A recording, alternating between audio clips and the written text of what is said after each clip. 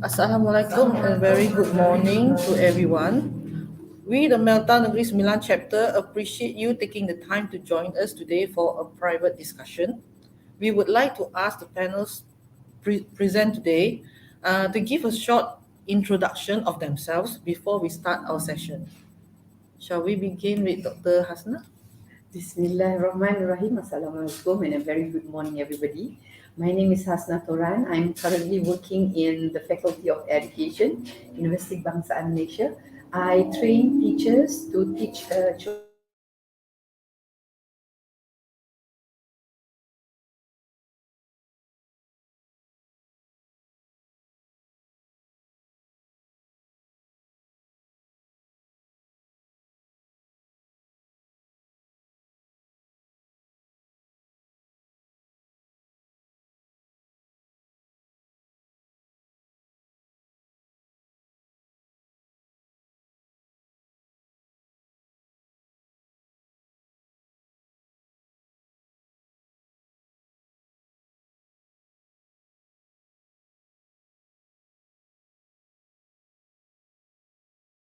Do more things for the special needs students.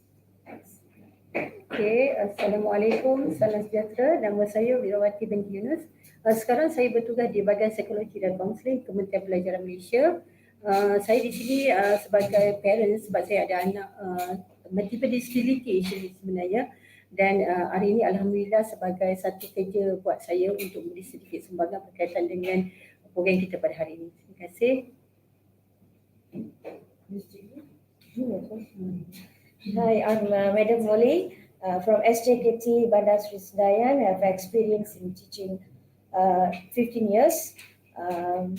We are here to sharing about Euro education. Thank you.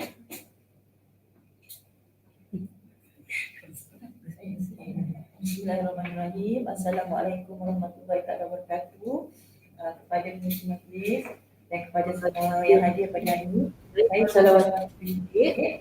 Dulu saya di Dubai lagi, kemudian saya bicara di IAI ini dan saya dah berada bulan lagi. Di antara ini saya paling jadi saya sebagai parent, ibu orang anak lah, OKU ya. Jadi terima kasih kerana saya. So saya harap kita boleh diskusi ini pendidikan yang baik bagi anak-anak kita. Assalamualaikum warahmatullahi wabarakatuh. Saya CM Seperti ayat Syida di Syamsilia. Saya merupakan khas di NKOP Malaysia, di mana saya mengajar masalah pelajaran di daerah. Dan pengalaman selama 14 tahun mengajar, tetapi dalam aktivitas saya dari tahun mengajar 7 tahun sebelum saya dalam psikologi. Tapi lepas saya mohon ke Kantas, tahun lah berada di sebagai guru di Kantas. Saya itu saja.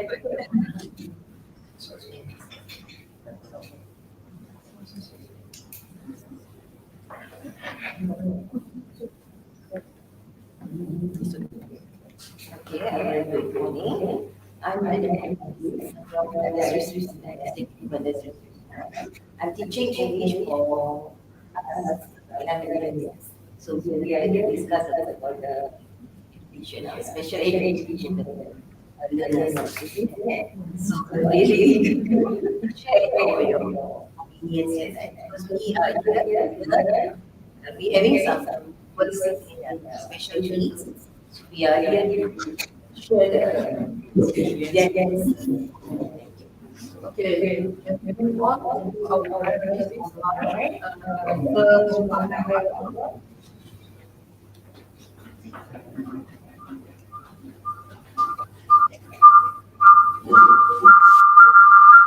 Can we have our panelists online to introduce themselves? We start with Dr. Hairul Anwar. Assalamualaikum warahmatullahi wabarakatuh.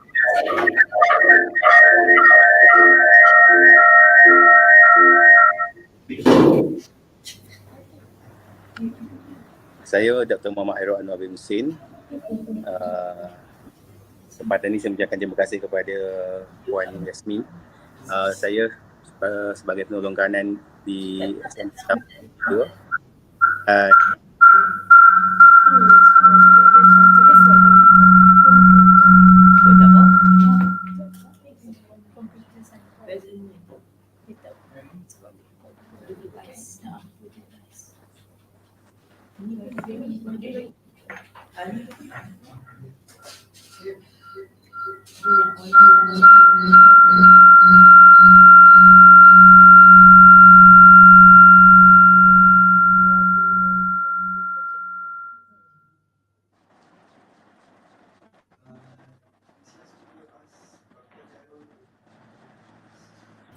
Dr. Khairul, can you hear us? Okay. Hello? Can you show thumbs up if you can hear us? Because we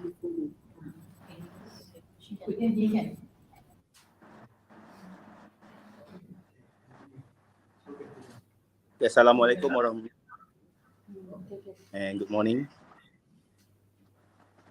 Okay. Yeah, Dr. Hairul, I'm so sorry. You need to introduce yourself again. We had some technical issues just now.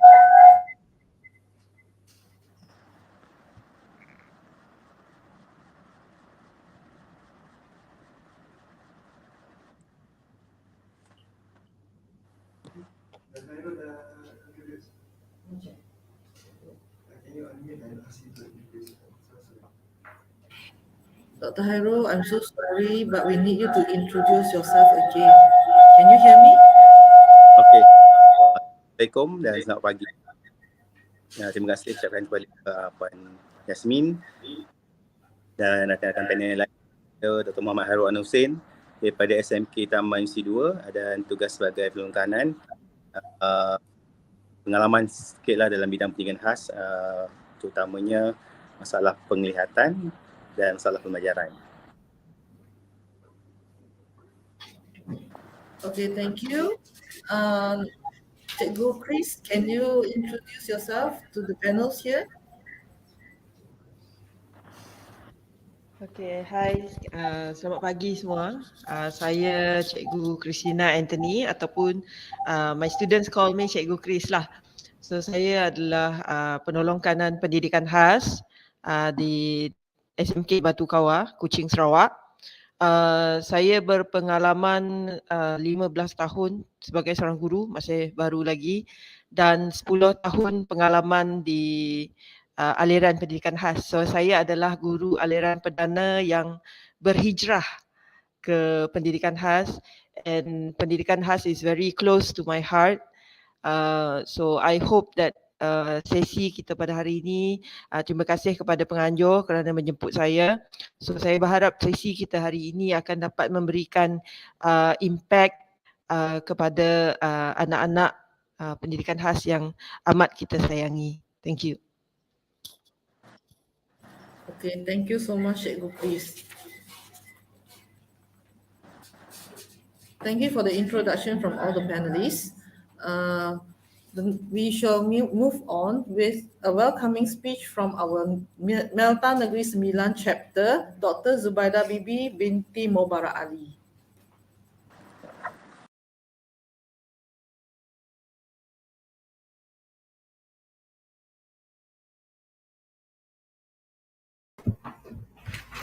Assalamualaikum and good morning.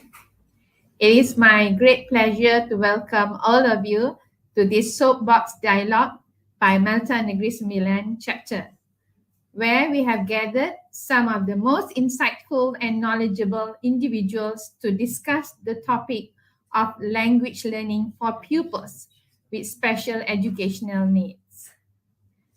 I want to thank our esteemed panelists, Professor Madia, Dr. Hasnatoran from UKM, Dr. Muhammad Hairul Anwar bin Husin from SMK Taman University 2, Puan Siti Ainul Murshida Shamsuddin from SMK Orchid Desa, and Puan Nur Sabrina Rosli from ELTC, Puan Christina Anna Anthony from SMK Batu Kawa, Puan Salawati Tale, who's representing as a parent, and also Puan Wirawati Yunus, okay, and our two teachers from this school who's letting us to use the venue, Puan Mageswari and Puan Molly from SJKT Bandar Sri Sendayan.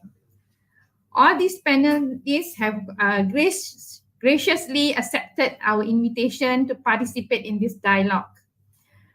Really, your expertise, experience, and insights in this area are valuable, and we are grateful to have you here with us today. As we all know, language learning can be a challenging experience for many students, but it can be especially challenging for pupils with special educational needs. These students may require unique language learning approaches tailored to their individual needs and abilities.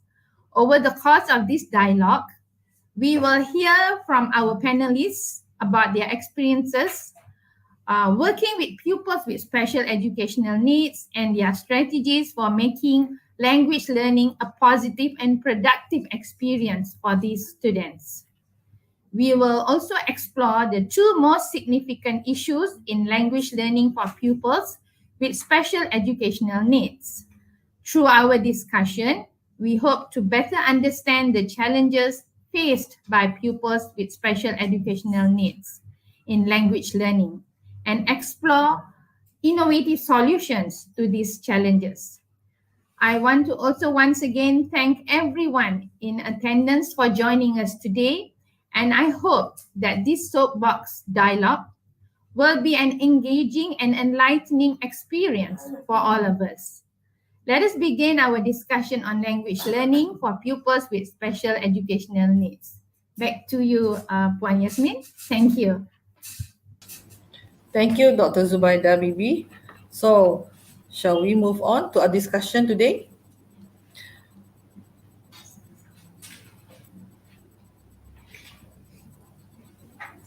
Okay, the title of our discussion today is Language Learning for Pupils with Special Educational Needs.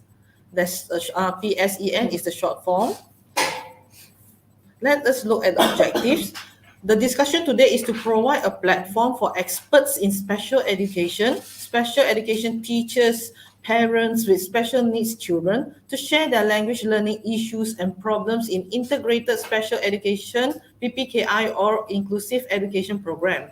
To provide an opportunity for experts in special education teachers and parents with special needs children to consolidate knowledge and generate lifelong learning experiences to improve special needs students' teaching context, to create a collaborative network with other experts to address the issues in the special or inclusive education language learning field. So generally kita hari ini di sini untuk membincangkan isu-isu yang dihadapi oleh cikgu-cikgu pendidikan khas di lapangan Padang. So sebab cikgu yang mengajar kan. So kita berharap cikgu dapat share isu bersama kami untuk kami membincangkan cadangan ataupun mungkin kalau ada yang suggest solutions untuk dibawa dengan harapan untuk dibawa ke peringkat yang atas lagi.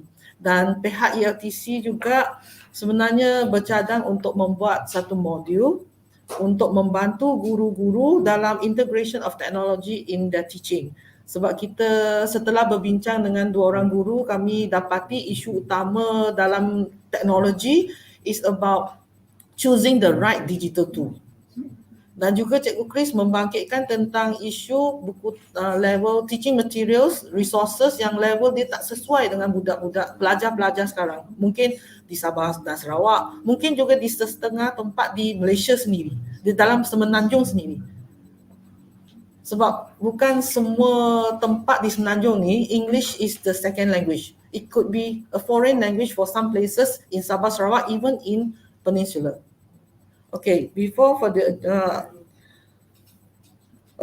further ado, let us hear from Cikgu Christina from SMK Batu Kawa, Sarawak, who will expand more on the issue she raised.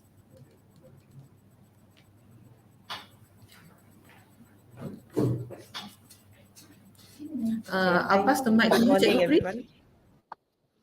Pardon?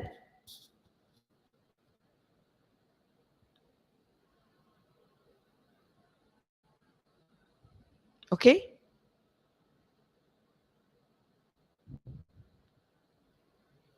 Is it okay already? Yes. All right. Okay. Thank you so much. Okay. So good morning, everyone. So the other day when we did the discussion before this, so we were doing brainstorming. So I raised this issue that I find it's very close to my heart, which is the challenges and dilemma of English language teachers in PPKI. So when we talk about challenges and dilemma, so that's why after brainstorming, we came up with this issue. Yang saya katakan adalah a level of resources and support for English teachers teaching in PPKI. So secara spesifiknya saya membawa perbincangan ini kepada guru-guru yang mengajar di PPKI. Okay. Di PPKI kita ada dua tahap murid, keupayaan murid. Kita ada kefungsian sederhana dan kita ada kefungsian rendah. So kefungsian sederhana ini adalah murid-murid yang boleh menguasai 3M, membaca, menulis, mengira, namun masih memerlukan bimbingan. Sebab itu mereka berada di PPKI.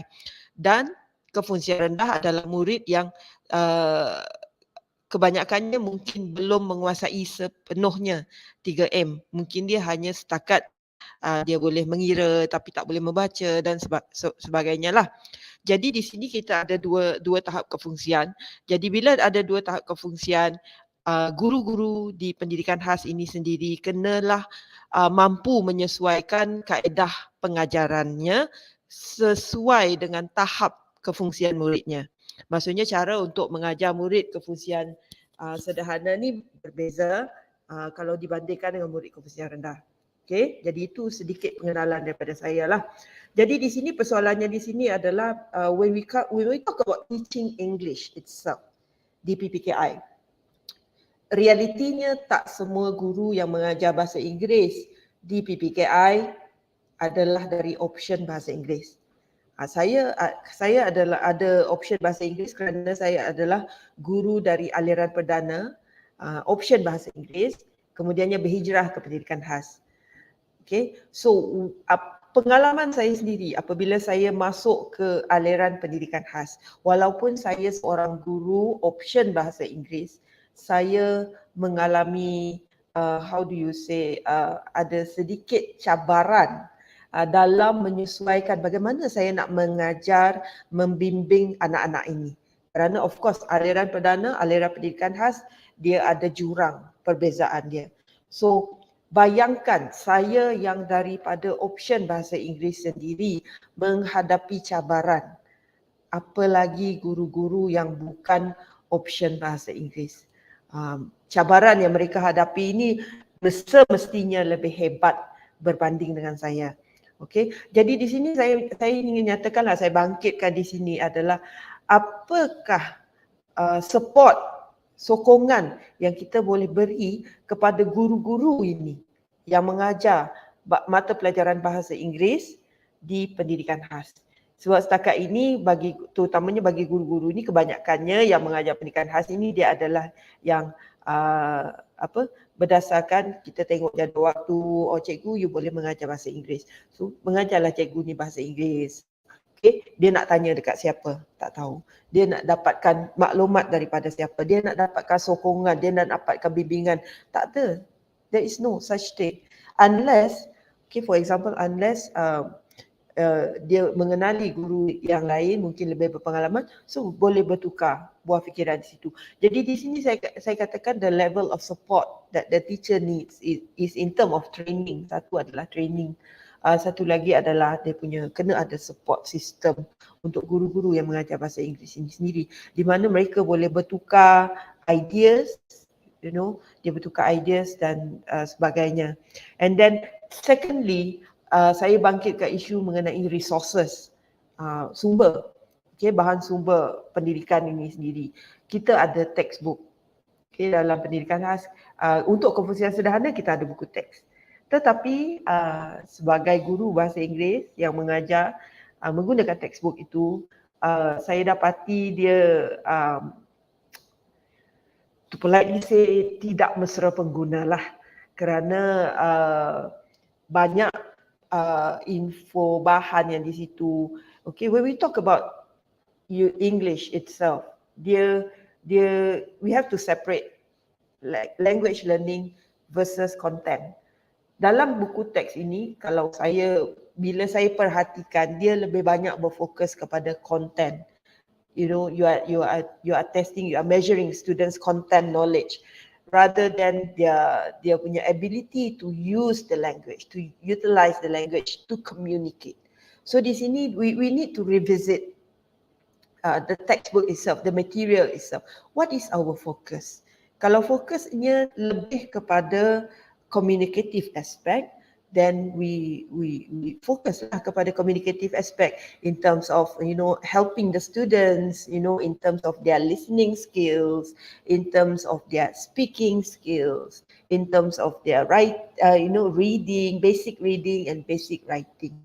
So di situ. But most of the time when we look at it, my students sometimes, saya ni di Kuching, it's ibu negeri Sarawak sendiri pun ada student yang kata bila tengok buku teks, apa ni cikgu, you know, they cannot relate. So di sini timbul satu lagi isu, iaitu dari segi buku teks itu sendiri, bahan itu sendiri haruslah boleh digunakan bukan sahaja oleh murid di Putrajaya, tapi boleh digunakan oleh murid di Long Pasir. Dia bukan hanya Putrajaya je boleh guna. So of course in big cities they have all this access to all these things.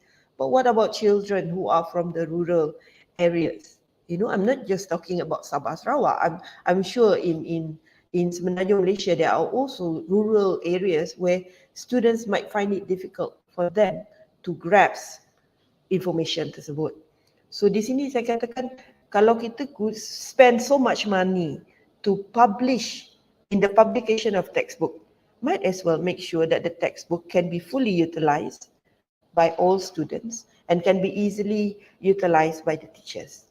So my takeaway here is that satu adalah training lah.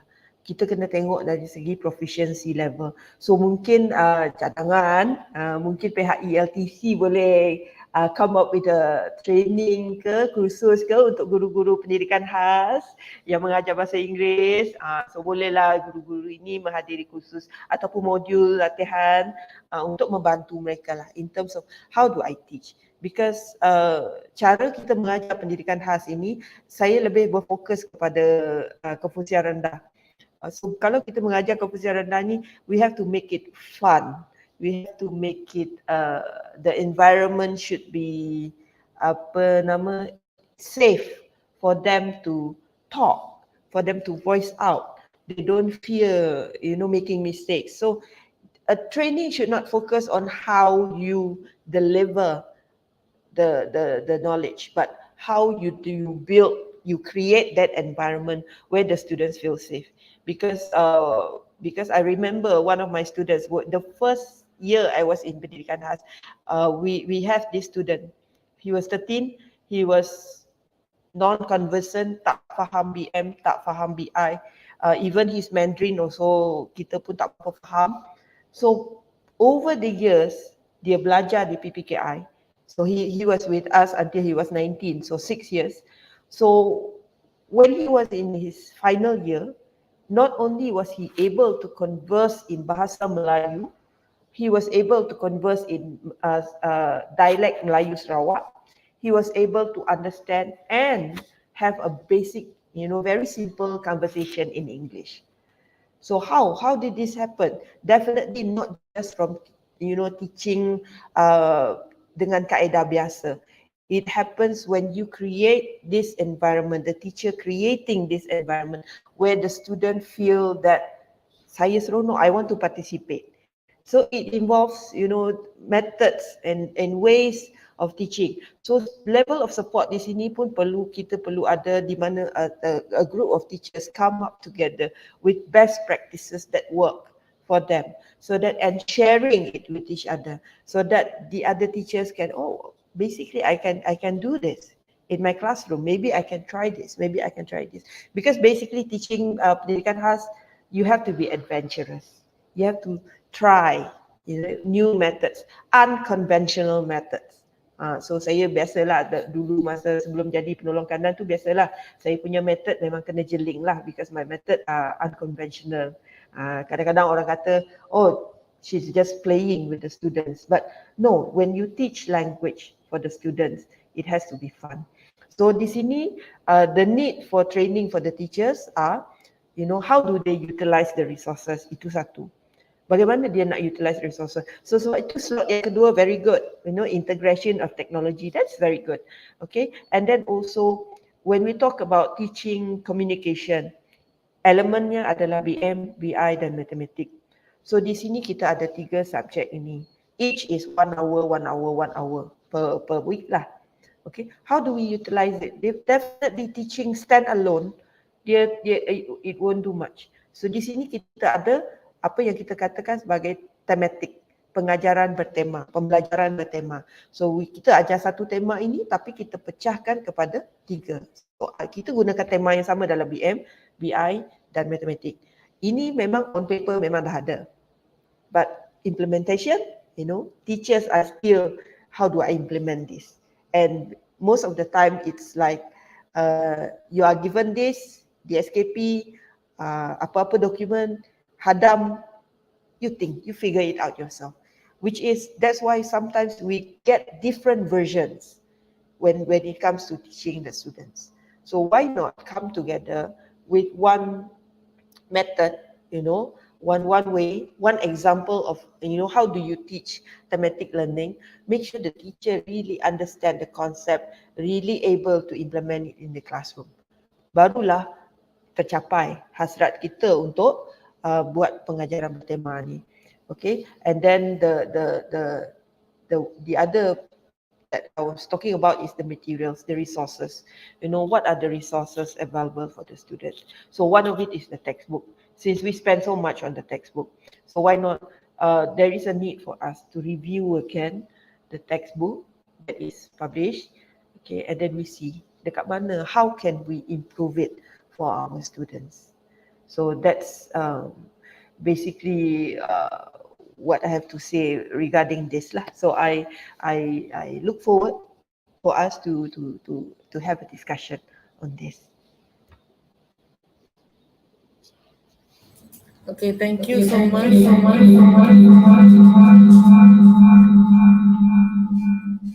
Thank you so much, Dr. Chris. Based on what you say, I believe KPM is now conducting pendekatan bertema in sekolah rintis in all the states in Malaysia. But I'm not sure how far is PPKI involved. Setahu saya lah, pendekatan bertema ni memang dijalankan di sekolah rintis di seluruh Malaysia. It's a program by mantan KPPM. So saya berpeluang jugalah untuk hadir ke pembentangan di one of the states in Malaysia. So it's a very good approach. But let us hear from our panels. What do you think about what was mentioned by Cikgu Chris? Siapa dulu?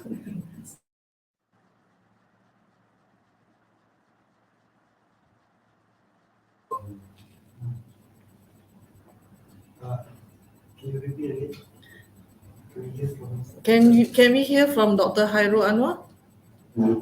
Okay, baiklah. Okay, terima kasih Cikgu Chris. Okay, apa yang Cikgu Chris nyatakan tadi tu memang sangat-sangat berkait dengan apa yang kita nak bincang hari ni lah. Terutamanya berkaitan dengan bagaimana kita melaksanakan pengajaran bahasa Inggeris di dalam kalangan murid-murid pendidikan khas. Okay, saya suka untuk sentuh dulu bagaimana daripada bermulanya pembelajaran. Kalau kita lihat, kalau dulu saya lepas habis daripada maktab perguruan, saya terus mengajar prasekolah. Tapi saya mengajar prasekolah untuk murid cacat penglihatan, jadi dia tak adalah masalah sangat untuk pembelajaran bahasa. Sebab kita tahu kalau murid yang cacat penglihatan ni bahasa dia memang baguslah. Tapi bila saya pergi ke sekolah menengah, masalah pembelajaran, dan saya nampak penggunaan bahasa Inggeris ni bergantung kepada daripada mana dan juga background murid itu sendiri. Kalau kita nak melihat kepada persediaan untuk sebelum dia masuk sekolah, kalau kita tengok pada intervensi yang dijalankan, untuk mencapai bahasa ni, dia seolahnya kita kena lalu beberapa fasa dulu. Kalau murid, untuk murid yang biasa yang non-verbal ni, kalau yang masa pengajaran kita fokus pada yang teruk sikit, yang non-verbal, dia perlu lalu fasa untuk baiki dia punya sensory dulu, daripada motor kasar dia, motor halus dia, kemudian barulah ke arah pertuturan. Okey, apa yang ada di sekolah tidak ada di pusat intervensi. Apa yang ada di pusat intervensi jarang ada di sekolah. Tapi apa yang ada di sekolah tu seharusnya dia diambil diberikan penekanan sebagaimana yang pusat intervensi buat. Tapi kita tahulah tak semuanya murid khas ni dia pergi ke pusat intervensi, sebab pusat intervensi ni pun satu benda baru di Malaysia. Jadi apa yang saya lihat ialah kita tengok background dia.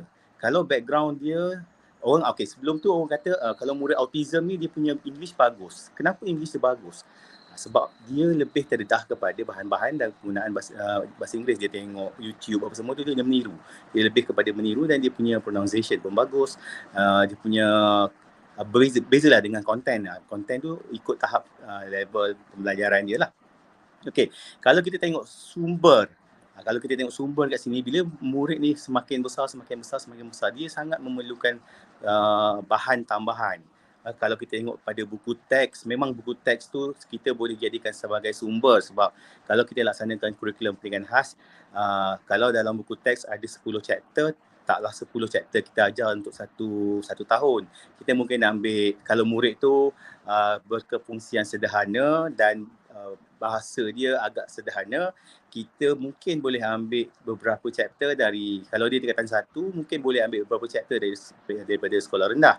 Mungkin boleh ambil beberapa chapter daripada tingkatan semasa dia, ataupun mungkin boleh ambil chapter yang lebih advance, sebab ada murid ni dia lebih advance. Jadi kita seolah-olahnya kita ambil topik-topik tertentu dan kita gabungkan untuk jadikan dia punya rancangan tahunan dan juga spesifik kepada rancangan pendidikan individu lah. Okey. Kalau kita lihat pada pelaksanaan TS25, sebab TS25 ni dia memberi kita peluang untuk menyediakan satu rancangan pengajaran yang bertema. Semuanya tematik. Semua tematik ni daripada prasekolah. Dan pendidikan khas pun dulu memang dah jalankan secara menyeluruh untuk buat tematik masa kita gunakan kurikulum lama. Tapi saya nampaklah untuk kita merge dengan TS25 tu tak jauh mana, sebab kita dah start. Yang menjadi masalahnya lah sekarang ni murid yang sangat banyak level. Ada berbagai level. Kalau kita bagikan kepada 3 sekalipun, rendah, sederhana, tinggi, tapi dalam sederhana tu dia ada berbagai lagi kat situ. Jadi berkaitan dengan teachers training, cikgu sebenarnya dia perlu, kita tak boleh kata semua cikgu semua cikgu bersedia untuk mengajar, sedia untuk mencari sendiri ilmu.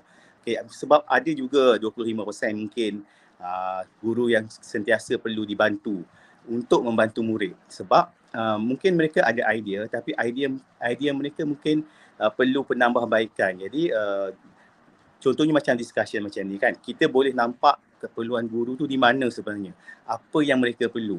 Jadi bagaimana dia menggunakan bahan, bagaimana dia menyesuaikan. Yang pentingnya bagaimana dia nak sesuaikan tahap ataupun level murid tu kat mana.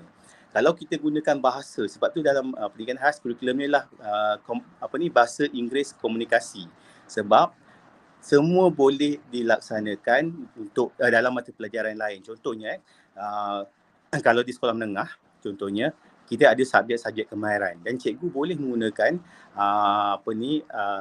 bahasa Inggeris juga untuk membantu murid ni untuk tingkatkan dia punya tahap penguasaan. Okay, sebab ada murid yang gunakan bahasa Inggeris di rumah, ada murid dia langsung tak guna dan dia cuma baru belajar bahasa. Jadi kita perlu bantu dengan pelbagai aktiviti. Yang mudah kita nak faham ialah bantu murid dengan pelbagai aktiviti dan gunakan bahasa itu sebagai medium utama. Kita kena pandai gunakan sebagai bahasa itu sebagai medium, terutamanya bila digazetkan sebagai komunikasi. Bila dalam bentuk komunikasi dia lebih mudah. Kemudian sebagaimana Cik Grace katakan tadi, integrated. Kalau kita gunakan satu istilah ataupun kita gunakan instruction, satu bentuk arahan, kita tambah baik setiap kali kita gunakan arahan kepada murid tu dalam penguasaan bahasa Inggeris ni. Jadi sedikit sebanyak dia akan dapat meningkatkan dia punya pencapaian. Sebab kebanyakan murid, terutamanya murid yang berkeperluan khas ni, dia boleh ingat, boleh menghafal dan juga boleh sebut dengan baik. Kalau kita punya sebutan kita betul, dia punya sebutan pun betul. Okey. Kemudian saya suka nak sentuh tentang pedagogi.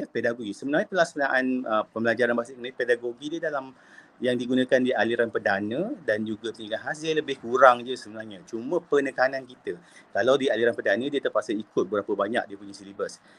Kalau di pendidikan khas kita boleh pilih. Itu yang saya suka tekankan, kita boleh pilih yang mana satu kita nak ajar dulu. Dan sangat perlu ditekankan aspek bahasa ni. Bila kita ajar, kita kena tambah. Kita boleh ulang-ulang, tapi setiap kali pembelajaran baru kita kena tambah supaya ada challenge. Sebab kalau tak ada challenge, murid ni dia tak belajar. Sebab bahasa ni kalau kita gunakan, kalau kita kira secara umumnya, kita cuma menggunakan berapa saja perkataan untuk bercakap. Jadi kalau tak ada penambahan vocabulary, maksudnya tak ada perkataan baru, dia tak belajar.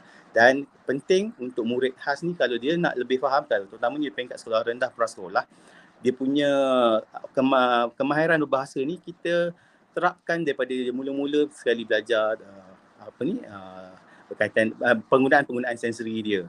Kita setiap kali kita laksanakan aktiviti bersama dia, kita perlu bercakap dengan dia, perlu ada rancangan berapa banyak perkataan yang kita nak tambah dalam satu sela masa yang kita tentukan. Itu mesti dicatatkan. Kalau guru pendidikan khas, dia tahulah rancangan pendidikan individu. Okay, berapa target kita untuk kita capai perkembangan bahasa dia. Dan kita catat dan kita discuss kembali dengan kita punya panel, dengan kita punya group, dengan cikgu-cikgu untuk kita tambah baik setiap murid tu. Sebab kalau di sekolah menengah, saya tak tahulah. Kalau di sekolah menengah, masih lagi kita baru saja dikenalkan dengan PSEN. Jadi dalam pelaksanaan PSEN, penilaian alternatif sekolah menengah tu, kalau kita lihat dia untuk kita terapkan aspek bahasa dalam semua elemen yang dinilai dalam PSEN tu, kita boleh masuk. Tak adalah nanti kita punya laporan PSEN tu kalau berkemah tu setakat gambar berkemah aja, tak menunjukkan konten yang dia belajar. Contohnya kita boleh buat sekali dalam laporan PSM tu apa konten bahasa yang dimasukkan dalam aktiviti berkemah tu. Baru kita nampak dia punya pelaksanaan PSM tu nampak cantik lah. Okay. Terima kasih. Okay. Let's hear from Dr. Hasna. Your opinion on this? Bismillahirrahmanirrahim. I was hoping to hear more from the teachers because I think teachers know better because they are at the front line. But since you have mentioned really know front best, I think when we teach children with special learning needs, as Dr. Khairul Anwar has said, we need to realize that they're very diverse. They're very diverse in terms of their strength. They're very diverse in terms of their needs. And I think Dr. Khairul Anwar said that even when we have divided the students into 3 groups, within one group itself, they're still very diverse. So when we train special education teachers, we need to make sure that these teachers are able to pinpoint where exactly the kids' abilities are. And when we talk about knowing, understanding the kids' abilities, I think you need to know 2 things. Number one, at what level? And when you talk about at what level, we need to have a module or a syllabus that is, that starts from the bottom, and it is incrementally increased in terms of what the children can do. And I have not been in school for a long time. I was an English teacher. I graduated with my first degree was in English, and I taught English in mainstream classes for 10 years. But so I have to say that I'm quite out of touch with English teaching. But I find that almost overall, what we don't have, the instrument that we don't have when teaching children with special needs is a curriculum-based assessment. And we have all sorts of assessment tools, we have all sorts of instruments. And what we need to focus is a curriculum-based assessment whereby the curriculum itself can be used as an assessment to see where the kids are, what level they are. So when we want to teach them, we need to know at what level. And the next thing that we need to know is what is their trajectory, the growth trajectory. Some children, they can be at a very low level, but their trajectory is like 45 degrees. And we use good strategies to teach them, they'll take off like rockets. But there are some kids at high level of abilities, but their growth trajectory is not 45 degrees, it could be 20 degrees, and they'll go slower. So teachers need to know these two things when they teach, so that the next class you come in, what are the materials that you need to use. And I think our biggest worry is that, I'm not pointing fingers, but we have to face reality. We have to realize that there are a lot of issues of guru bukan option. Guru bukan option, teaching in special education. And I'm nothing against that, because as you grow, you find that your interests have moved to other areas. Like me myself, my first degree is in English, my master's degree is in management, my PhD is in early intervention. Totally rojak. When I first went into UK, I said that you need bicara rojak, tak apalah, depan muka jalan dulu. Because your interests have shifted. But what I worry is that, and this, I think I'm not that out of touch, because I have a lot of undergraduate students and postgraduate students who have been looking at challenges of teachers, and they found that the number one thing that teachers will share is that they claim that they don't have enough training. They don't have enough training. We have free service training, latihan pra perkhidmatan, and we have in-service training, latihan sebelum perkhidmatan dan dalam perkhidmatan. And you're going to talk about using ICT in teaching students. You need to use ICT to teach teachers. And look at us now. We're using technology to reach out to Dr. Khairul in Johor and Cikgu Chris in Borneo, And I've always said that to overcome this issue of guru bukan option, why not ask KPM? Maybe IPG or ELTC or IPIK or bahagian pendidikan khas, bahagian latihan guru. Somebody has to pick up the ball. And you know what? If you say that, okay, we'll take one IPG, Institute Ilmu Khas, what you can do is that one lecturer can just do 15 minutes, 10 minutes recording, put it on YouTube. That way, the Ministry of Education does not have to spend millions or thousands. YouTube is free, but you just make it a schedule. Okay, we have guru bukan option. We have all the experts in IPIK, and let's do a schedule. Lecturer A this week, lecturer B, and talking about what are your focus. I think the solutions are there right in front of our face.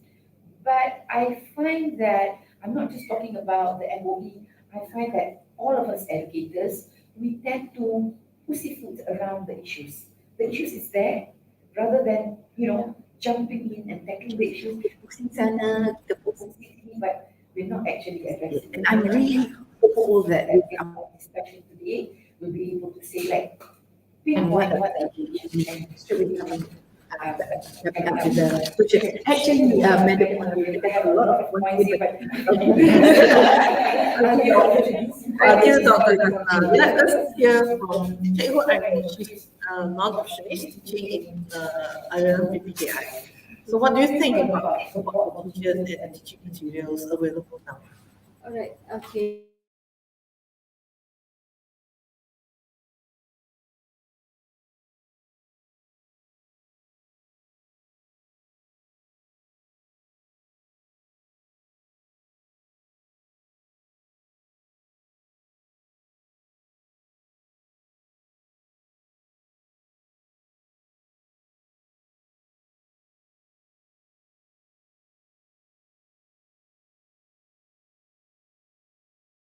Untuk mengajar bahasa Inggeris. Jadi daripada biologi saya nak mengajar bahasa Inggeris dan masa tu saya macam tak ada pendedahan. Memang saya tak ada pendedahan.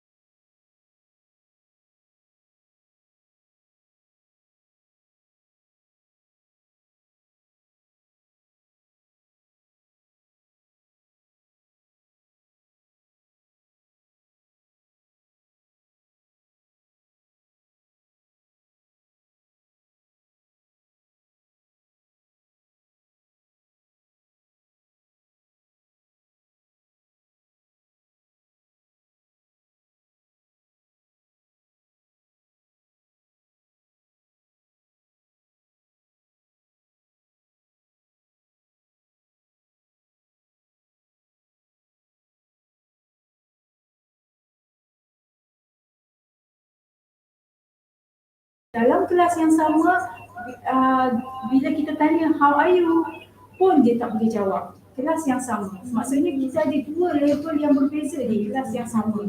Walaupun murid tu dia memang boleh kefungsian rendah, kelas yang pertama saya masuk tu adalah lebih kurang sederhana lah, kita kata boleh membaca, tapi dari segi tahap bahasa Inggeris dia memang berbeza semula. Jadi bagi yang murid yang walaupun dia boleh speaking, dia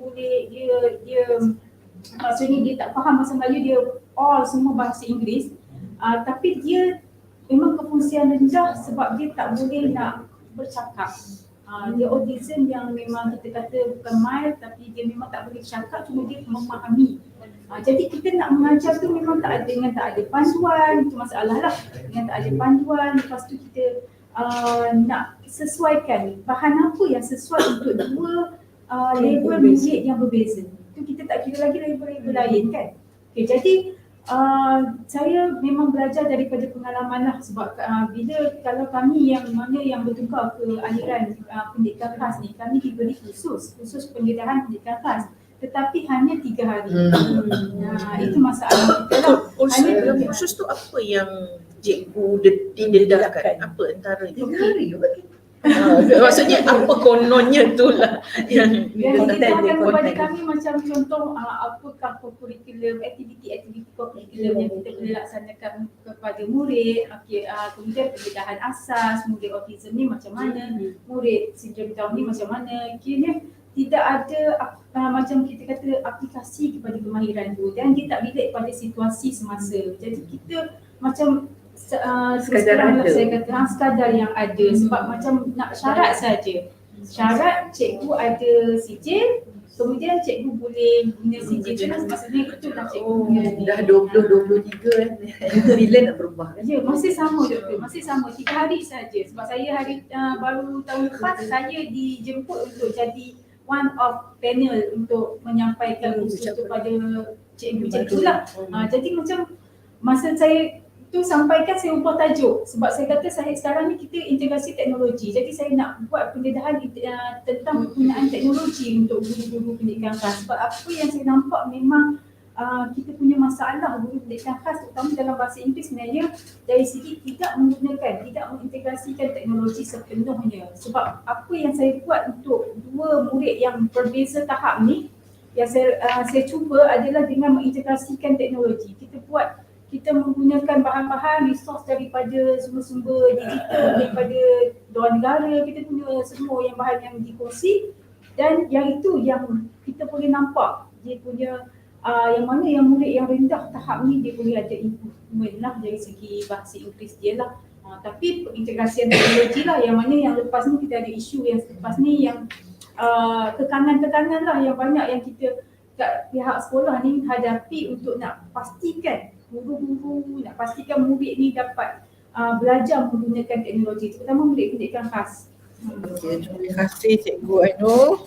So, macam mana dengan pendapat parents? Sebab you have the experience of maybe coaching your children at home in learning language, ataupun apa pencapaian bahasa Inggeris yang dia tunjukkan di rumah, ada atau tidak? So can we dapat opinion from Puan Salawati? Okay, bismillahirrahmanirrahim. Assalamualaikum warahmatullahi wabarakatuh.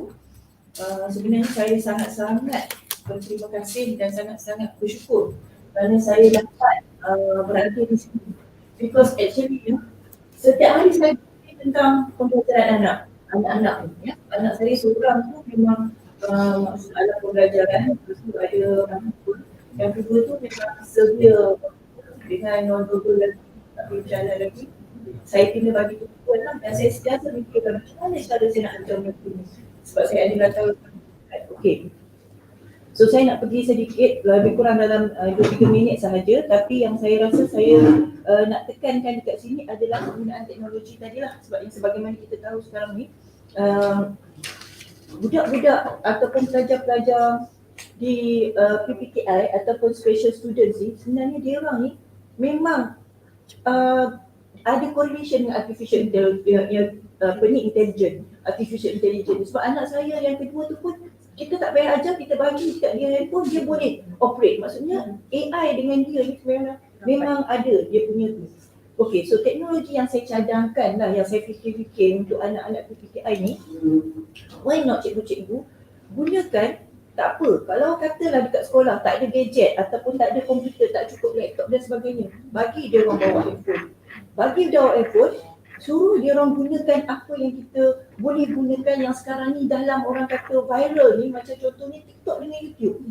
So kita boleh ajar English dekat situ actually ni secara tak langsung. So suruh dia buat TikTok dia sendiri, suruh dia buat YouTube dia sendiri, dekat situ kita boleh bagi dekat dia, okay, sekarang cikgu nak baca, kita boleh guide dia lah.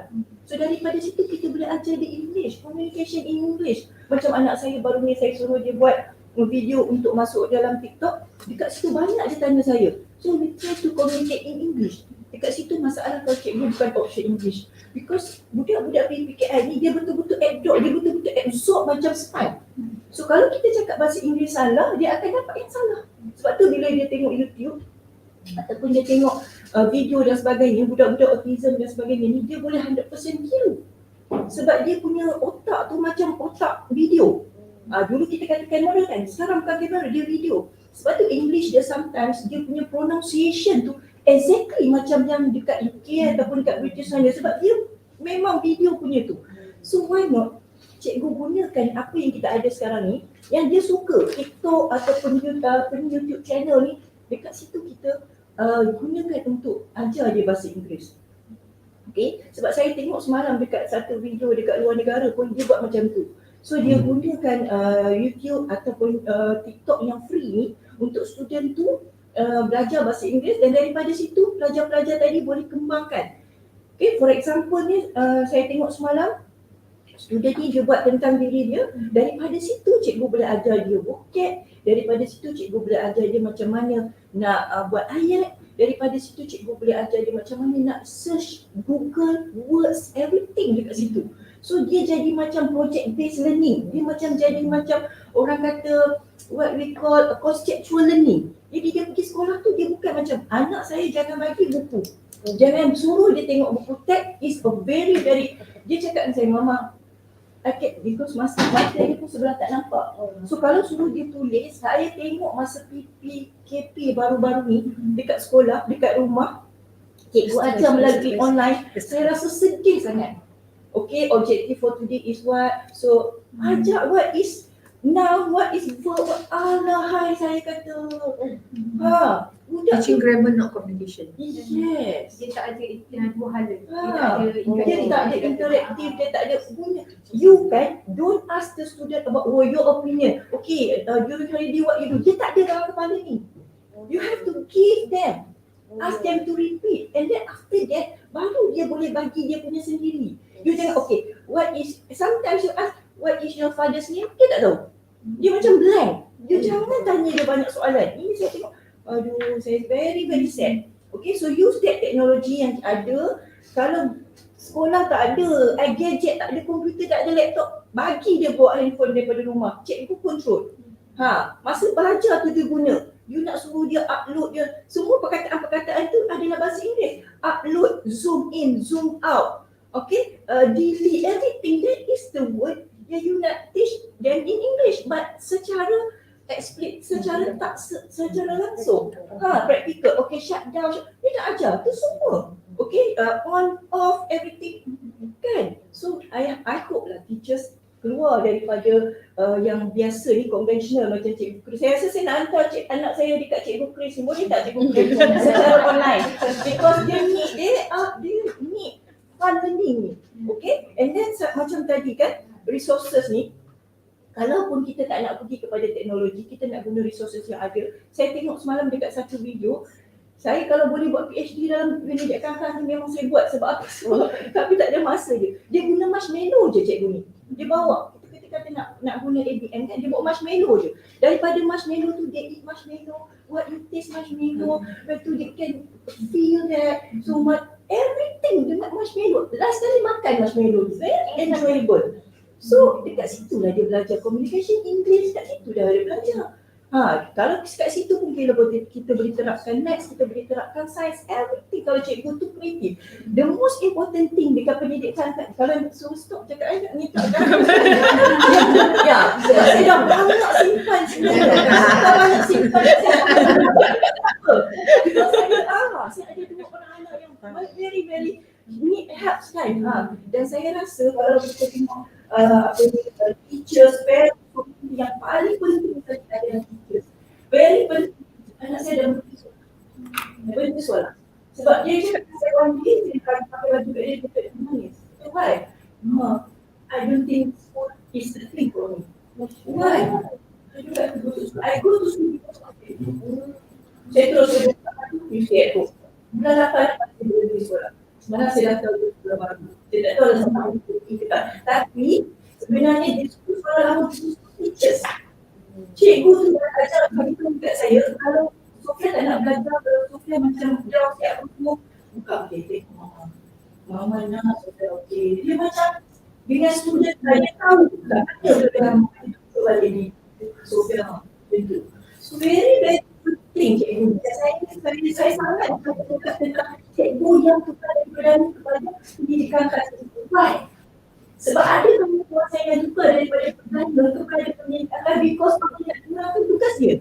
Sebab dia rasa ada 5 orang belajar je. Macam saya fikir tak payah buat aktiviti tu, tak payah. Itu salah.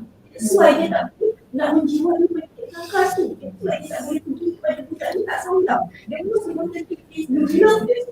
You love pendidikan you love orang kelas. Then you can do one by one. Terima kasih Pak Salawati.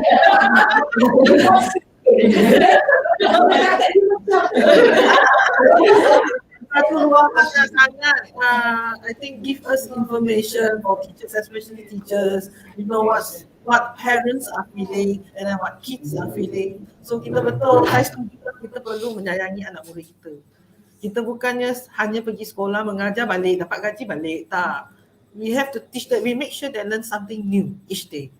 Okay, Puan Wirawati, as a parent, what do you think? Sebenarnya 5 minit je. Sebenarnya bila saya dengar kongsi Wirawati tu banyak benda yang saya ni student Tak senang.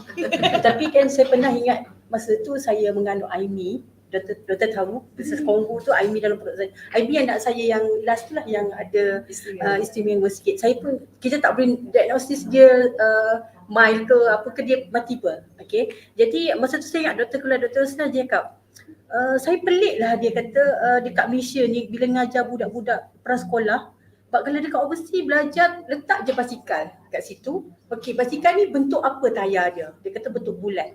Okey, bentuk bulat. Okey, berapa tayar basikal? Ada 2.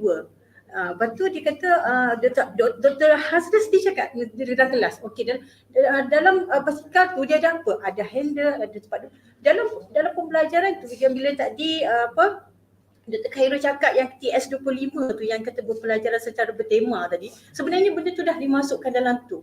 Dan bila tadi kita bercakap pasal TS25 bertema tu, saya ingat balik yang Dr. Hasna cakap masa kelas saya bersama dia. Terus itu betul lah doktor cakap tu, benda macam tu Puan Sisila cakap tadi juga. Benda yang sama, saya kata betul, sebenarnya akan jadi pembelajaran yang lebih menarik lah. Saya faham sebab saya pun dulu pernah mengajar pendidikan khas. Sebab saya agak postnya agak lambat, lepas tu saya volunteer untuk mengajar pendidikan khas. Masa itulah memberikan saya idea untuk macam mana nak buat master. Saya tukar macam Dr. Hasnah juga, anak murid ikut je cikgu dia ke daripada negeri, ambil bidang lain, saya bimbingan kaunseling, pergi ambil pendidikan khas. Jadi saya rasa benda tu macam challenge untuk saya sebenarnya, dan Tuhan bagi anugerah kat saya untuk dapat anak macam ni juga. Tapi saya bersyukur sebab saya Puan Sabrina pun tahu macam mana anak saya. Sebenarnya di rumah macam tadi Puan Susila kata, macam anak saya dia sangat, saya tak perlu ajar bahasa Inggeris. Bahasa Inggeris dia sangat, kalau saya rasa level saya ni sebab orang Terengganu Kelantan biasanya pangkat dia D je lah bahasa Inggeris kan. Tapi dia tu macam A+, macam dilahirkan di England lah. Dia buat, kalau Puan Sabrina pernah dengar suara dia, saya pun benda tu tak ada masalah. Tapi bahasa Melayu dia sangat teruk lah berbanding bahasa Inggeris. Okey, bila dia masuk ke kelas, dia sebenarnya bila dia tadika aliran normal, sekolah biasa, dan bila dia masuk sekolah darjah 1, saya ingat Dr. Hasnah tanya saya, kenapa you letak situ? Sebab saya tak nampak apa-apa yang difficult, masa tu tak nampak sangat. Jadi kita hantar ke, berarti cikgu memberi arahan kepada kami untuk tukar ke dia PPI. Okey, kami pergi, kami buat diagnosis dekat NASOM semua, dah dapat report semua, pergi hantar ke PPI. Okey, bila sampai ke PPI, masalahnya anak saya level Inggeris, bahasa Inggeris dia sangat tinggi dan dia diinklusifkan. Bila diinklusifkan balik, dia macam tadi, dia akan ada macam contoh, dia pernah cakap, sebenarnya saya tak suka kelas, dua-dua sekolah ni, kelas ni saya tak suka, PPKI saya tak suka, inklusif pun saya tak suka. Sebab tu dia pernah menyorok di bawah meja sebab dia tak nak pergi kelas inklusif. Dia suka kelas inklusif bahasa Inggeris tu, tapi bahasa Melayu dia tak boleh. Jadi itu ada isu ya, bahasalah kat situ. Okey, apa yang saya buat di rumah, biasanya saya dengan suami imaginekan anak saya ni dia normal saja. Saya tak nak letak apa-apa kata difficult ke apa ke, saya tak ada. Kami buat macam biasa, kami ada buku anak aku sayangku tu, yang baca buku tu saya ajar dia. Dia juga ikra dia 3 kali khatam. Kalau orang Islam tahu 3 kali khatam, muqaddam 1 kali. Benda yang sama. Dan setiap kali jalan saya akan tanya apa yang tulis kat semua perkataan tu. Cuma dia akan jadi masalah dari segi peribahasa dia. Contoh penanda aras. Apa maksud penanda aras? Jadi bila kita nak explain kat dia dalam bahasa Melayu, dia tak faham. Kena bahasa Inggeris. Okey, jadi itu bila perkataan yang panjang. Okey. Jadi setiap kali kita di rumah, saya akan pick satu perkataan, you faham tak perkataan macam ni? Kita kena explain dia dalam bahasa Inggeris lah, maknanya nak bagi faham kan. Dan dia sangat masalah confused dari segi bahasa lah, bahasa Inggeris, bahasa Melayu dia sangat masalah. Dan dia boleh berbahasa Sepanyol pun lagi. Tu jadi macam saya pun terkejut lah sebab Sepanyol tu, sebab tengok Pocoyo kan. Pocoyo bahasa Sepanyol. Jadi budak-budak yang macam ni saya memang dia tak ada masalah dari segi ini. Jadi macam apa yang macam tadi Puan Susilawati bercakap berkaitan dengan interaktif kan. Saya mengaku anak saya yang ini saya tak belajar dia. Dia memang dia tahu semua dan dia ada channel dia sendiri dalam YouTube. Dan macam mana dia buat, dia ambil kartun-kartunnya, dia ubah bahasa tu dan dia kata, ibu you tengok berapa view saya. Saya pun terkejut sebab benda ni kita tak ajar. Dan dia view saya sekarang, dia dulu dia kata walaupun 5 dia sangat terkejut tau. Wah, ada orang tengok. Dia sangat betul. Dia sekarang ibu you tengok. Sekarang dah 1,000 orang tengok I famous lah. Sejak lagi I boleh jadi dia akan cakap macam, tapi kata okey. Tapi dia banyak siri yang dia buat. Dan saya sangat terkejut bila benda-benda tu sebenarnya kita tak ajar dan dia boleh buat. Dan saya rasa anak-anak macam ni memang diorang memang sangat-sangat suka benda-benda macam ni. Macam tadi saya masa MCO tu memang problem sebab dia memang tak boleh belajar bila cikgu mengajar dalam keadaan PDP yang macam yang tidak berapa menyeronokkan. Dia kata Allah, saya tak suka, saya tak buka, saya tak nak buka. Sebab bila saya faham sebab saya pernah mengajar pendidikan khas, saya pernah menjadi ibu bapa juga anak pendidikan khas. Saya meletakkan diri saya, effort cikgu tu saya ucapkan terima kasih lah banyak-banyak. Sebenarnya cikgu banyak yang ada kreativiti yang cuba buat juga, tapi masalah anak pendidikan khas ini kita tahu je lah, kita kena duduk sebelah dia untuk belajar. Apa-apa pun kita nak buat, kita mesti duduk sebelah dia. Dan saya rasa Sabrina tahu saya terlalu dengan suami dan Dr. Hasnah pun tahu kami all out untuk dia tu all out. Terima kasih Puan Wirawati. Puan Sabrina, sebagai seorang trainer dalam trainer untuk guru-guru bahasa Inggeris yang in service, apa pendapat Puan Sabrina tentang perkara yang dibangkitkan oleh Cikgu Christina ni berkenaan support for these teachers? Okay, Assalamualaikum warahmatullahi wabarakatuh. Terima kasih banyak. Sebenarnya walaupun saya berhubungan dengan hati, all this while saya hanya membaca saja dan tak pernah mengikuti discussion yang macam ni. So ini adalah discussion secara live yang pertama dan saya rasa macam walaupun belum lama pun, belum sejam ni, tapi telah banyak memberi idea pada saya. Dan sebagai trainer, saya rasa selama ni kita fokus banyak pada mainstream. Dan kita belum nampak lagi ada satu training untuk guru-guru yang macam ni. Sebab tu kita menjadikan platform ini sebagai satu, kita boleh kata macam need analysis lah. Untuk kita lihat apa keperluan guru-guru terutama sekali untuk pendidikan khas ni. Dan kalau kita lihat balik, saya rasa perlu sebenarnya saya sebagai trainer tu bukanlah mempunyai kuasa yang besar untuk membuat satu perubahan, tetapi saya melihat apa yang kita boleh buat sebagai trainer ialah dengan zero cost. Kita bercakap tentang zero cost sebab bila kita cakap pasal training ni dia melibatkan cost. Tetapi bila kita kata zero cost dan keinginan untuk kita buat tu, saya rasa sesuatu kita boleh buat secara online. Apa yang saya nampak di sini sebagai trainer support yang kita boleh buat ialah macam cikgu cakap tadi, Puan Selawati cakap, kita tak ada sources, macam Cikgu Khairul pun tadi cakap, Cikgu Krishna, kita tak ada resources benda tu, best practices. Kita ada best practices, banyak best practices untuk mainstream, tapi kita tak ada best practices untuk ni. Yang ini memberi saya satu cetusan idea yang saya rasa best practices ni kita boleh wujudkan. Maksudnya best practices ni di dalam orang kata apa, benda yang kita boleh buat lah sebagai trainer kan. Dan saya mungkin boleh nak mencadangkan untuk kita buat satu repository. Kita nak tunggu nak ubah buku teks tu bukan satu benda yang mudah, dan kita pun tahu benda tu makan duit. Tetapi yang kebanyakannya yang saya lihat pada hari ini adalah inisiatif guru itu sendiri dan orang-orang yang seperti kita. Seperti macam saya ada access training for example. Mungkin satu benda yang kita boleh wujudkan ialah mungkin kita ni boleh reach the teachers dan kita wujudkan satu repository untuk guru-guru di mana dia boleh park best practices di situ. Dan tu yang saya nampak lah sebagai peranan tu.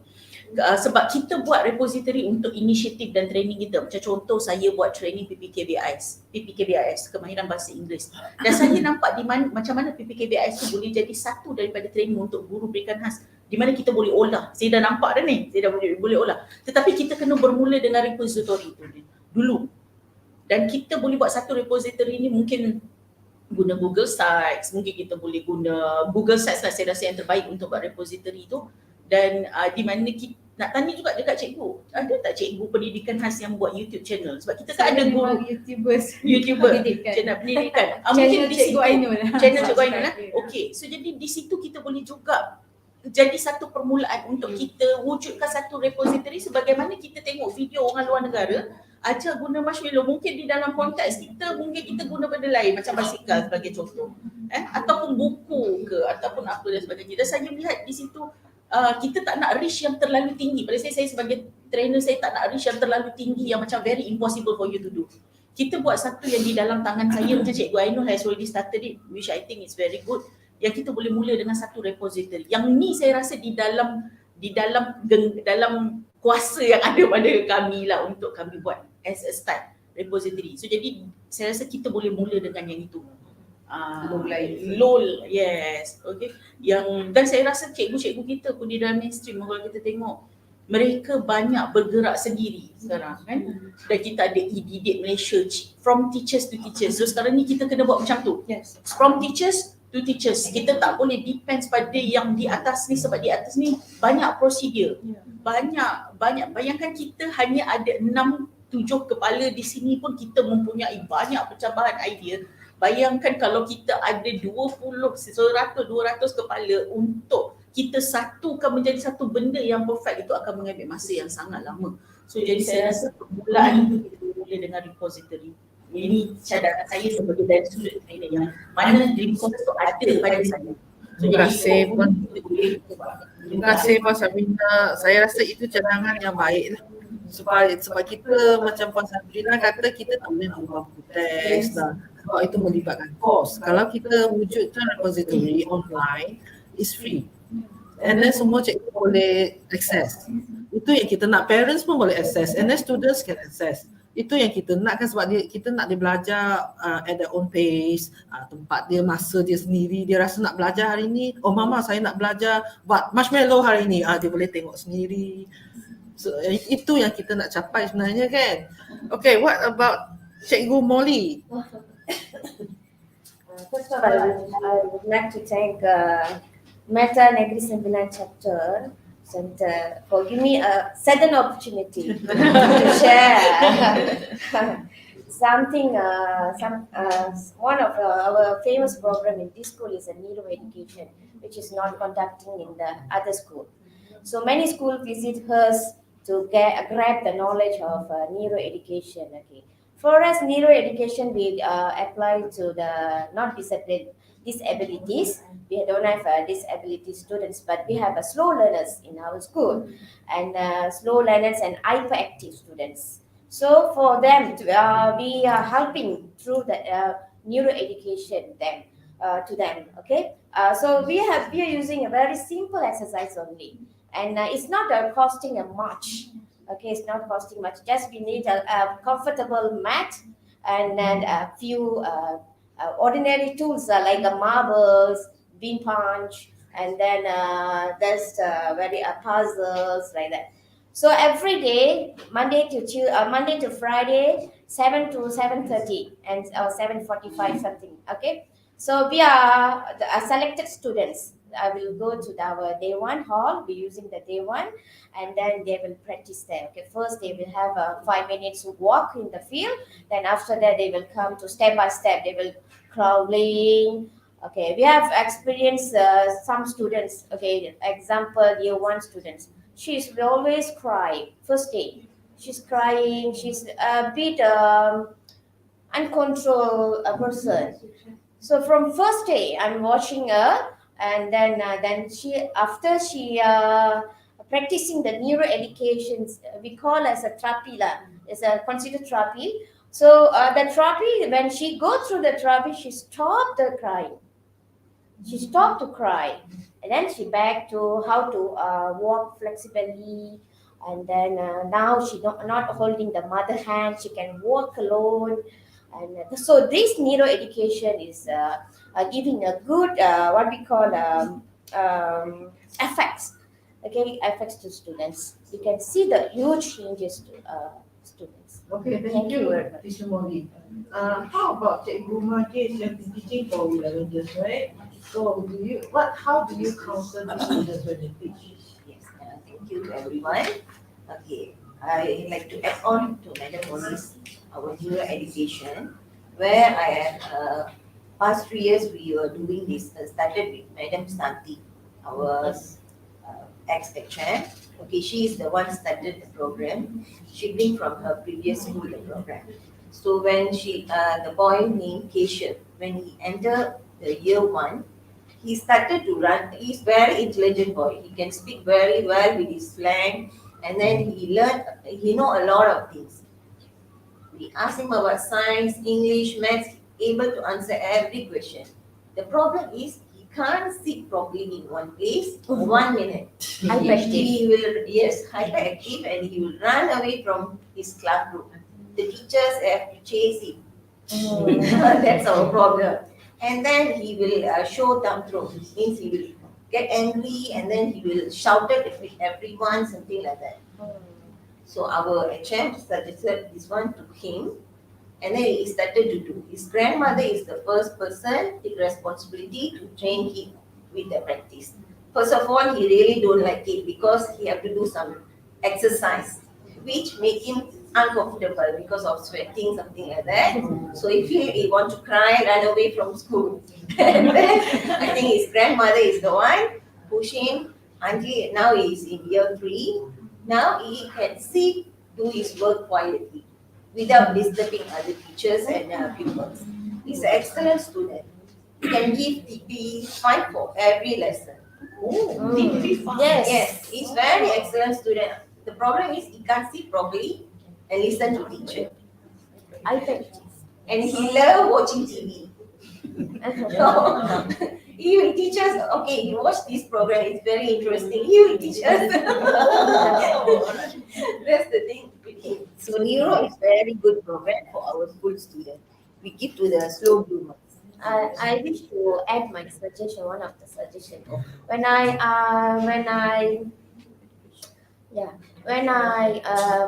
have a discussion with parents, like these parents, they say in government hospital, there is a doctor for special doctors for this kind of children, but the doctor is not the same doctor. Every section is the doctor is changed. The rotation changed.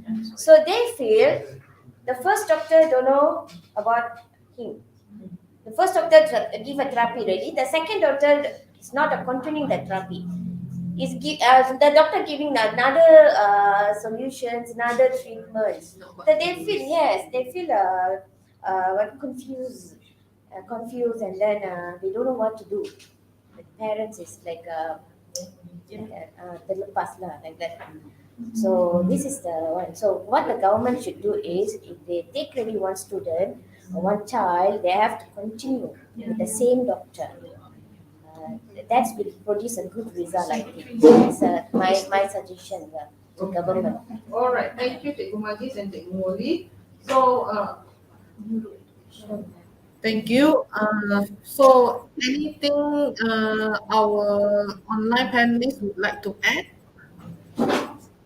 Or our panelists here, would you like to add? Yes, Christina. Hi. So I would like to thank everyone for their input. Very good input today. And I think that the suggestion for us to have a repository where we can share our resources is also very good, because I do have some resources. I do have some modules for English language that I have done during the PKP lah. Sekarang ni dah tak ada masa dah nak fokus sangat the online resources. So if we have that resources, that would be very, very good, so that we can share. And then just now, one of the parents, the mothers of special need kids, I really salute you. Thank you so much. You are the dream parents for me. If my students have parents like you, all of my students have parents such as yourself, putting priority towards your children, I would be very, very happy. So just now it was raised that about project based. So project based ni memang salah satu cara yang sangat bagus untuk kita laksanakan dengan murid-murid kita. We give them projects, we ask them to do it, and while doing the projects, while guiding them on how to do the project, we kita terapkan elemen bahasa di situ, kita terapkan elemen matematik, kita terapkan elemen kemahiran motor dan sebagainya lagi. Alright, and then so bagi saya itu adalah satu pendekatan yang sangat bagus untuk dilaksanakan oleh semua guru-guru di PPKI sebenarnya, sebab murid-murid kita ini you cannot just teach them, you have to guide them to do. Kebanyakan mereka adalah very hands on. Yeah, we have to guide them. So in order to do that, itulah yang saya kata jiwa pendidikan khas tu kena ada. Dan saya memang tak nafikan ada guru pendidikan khas yang berada di pendidikan khas tapi mungkin jiwanya tak ada di sana. So saya doakan dan saya haraplah mana-mana cikgu pendidikan khas yang berada bersama dengan saya, memang saya akan cuba untuk bawa mereka untuk jatuh cinta dengan bidang pendidikan khas ini. Kerana bagi saya pendidikan khas ni is very very close to me, not just because I'm a teacher. I don't look at these students as merely students. I look at them as kids. And also I have two nephews, dua orang anak buah saya, 13 and 14. Both of them are autistic. So for me, it's very, very close to me. So I treat the students like that. And it is my hope that semua pihak sama-sama kita cakna, ambil berat tentang keperluan anak-anak ini. So basically guru-guru dia mahu yang terbaik untuk anak murid mereka. It's just that we need to provide the level of support, and the situation, the environment also must be supportive towards these children and as well as the family, because we have to take into account the psychosocial need of the children and the family when it comes Okay. to apa yang kita nak buat. So itu je. Thank you. Thank you so much, everybody. Okay, that's the end of our first discussion. We shall continue our online panelists. We'll take 15 minutes. We'll see you at 11:45. Cikgu Hairana, kita sambung balik 11:45. We have another discussion dengan Cikgu Ainul nanti. Okay? Alright, see you guys 11:45. Thank you so much. Kita break. Itu lagi toilet break lagi, breakfast lagi, lunch lagi. Okay, kita makan dulu sikit-sikit. So nak kena kita.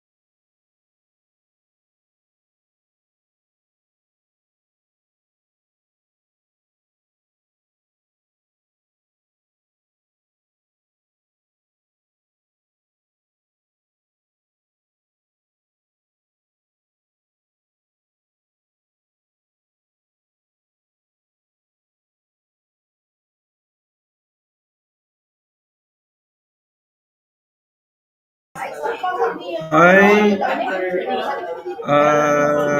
Dr. Khairul and Miss Christina, are you okay?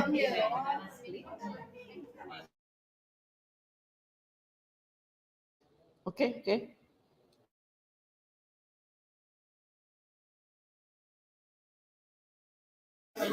Okay, I see you, Miss Christina and Dr. Khairul. Kejap ya, we'll starting soon in a few seconds.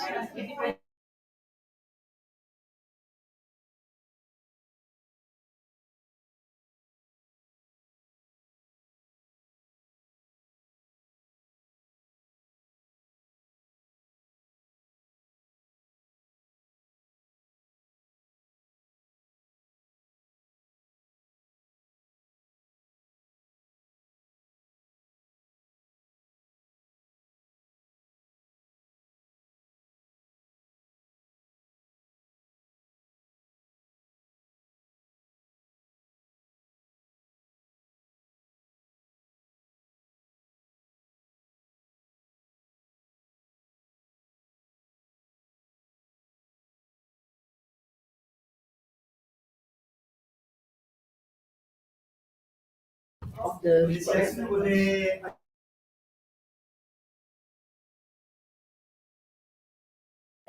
Cikgu tak kreatif, cikgu tak pandai aspek. Lah, kau tak train lah. Training tu lah. Tapi kau nak training macam mana tau. Diorang sendiri pun tak mahir tentang tu. Itu masalah. Okay, we'll start Okay. Okay, we'll start in 3.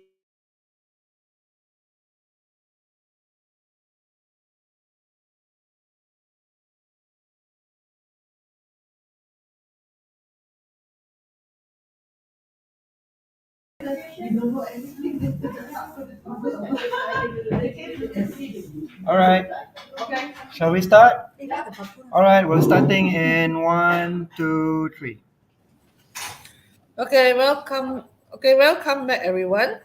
So, we shall move on to our second session, sesi kedua, perbincangan isu kedua bersama Cikgu Ainul. Shall we hear from Cikgu Ainul from SMK Orchid Desa? Okay, Assalamualaikum dan salam sejahtera.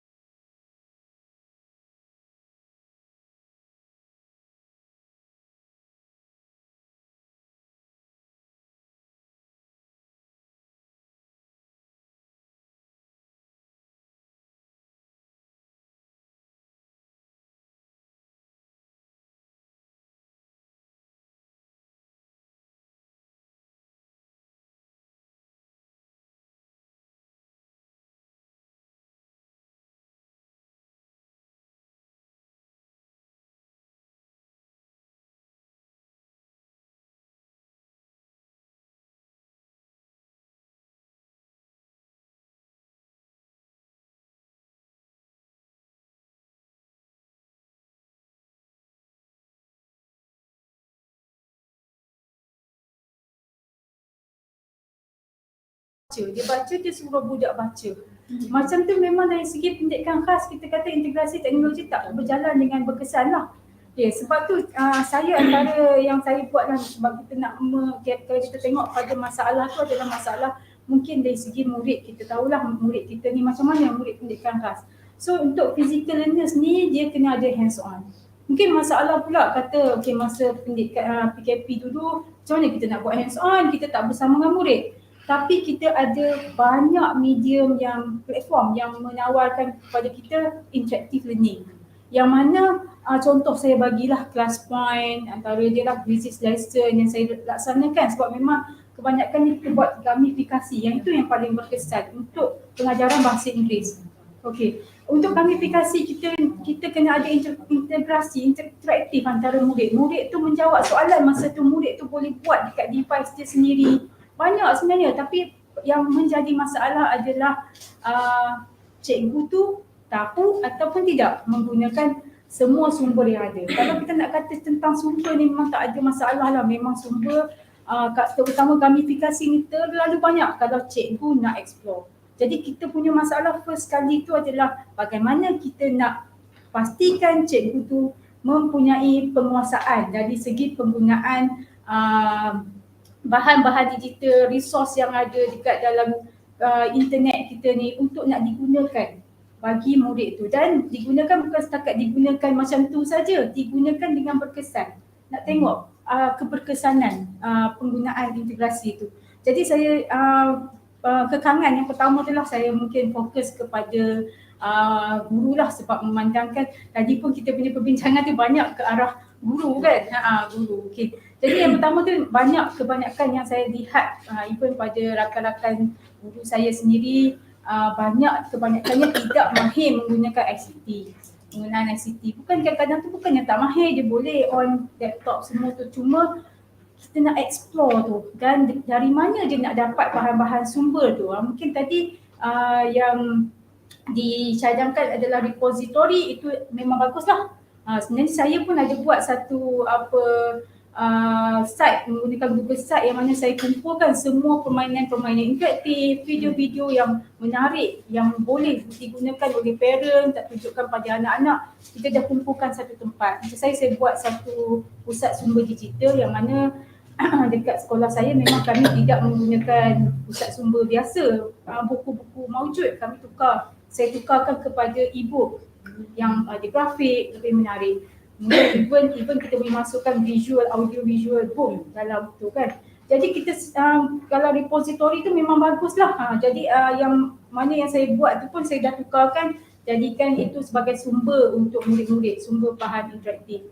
Tapi itu mungkin kita kata kadang-kadang tu masa saya laksanakan PDPR, ramai yang antara guru-guru yang macam kata, macam mana kelas you boleh penuh semua student hadir. Memang student saya kumpulkan tiga kelas.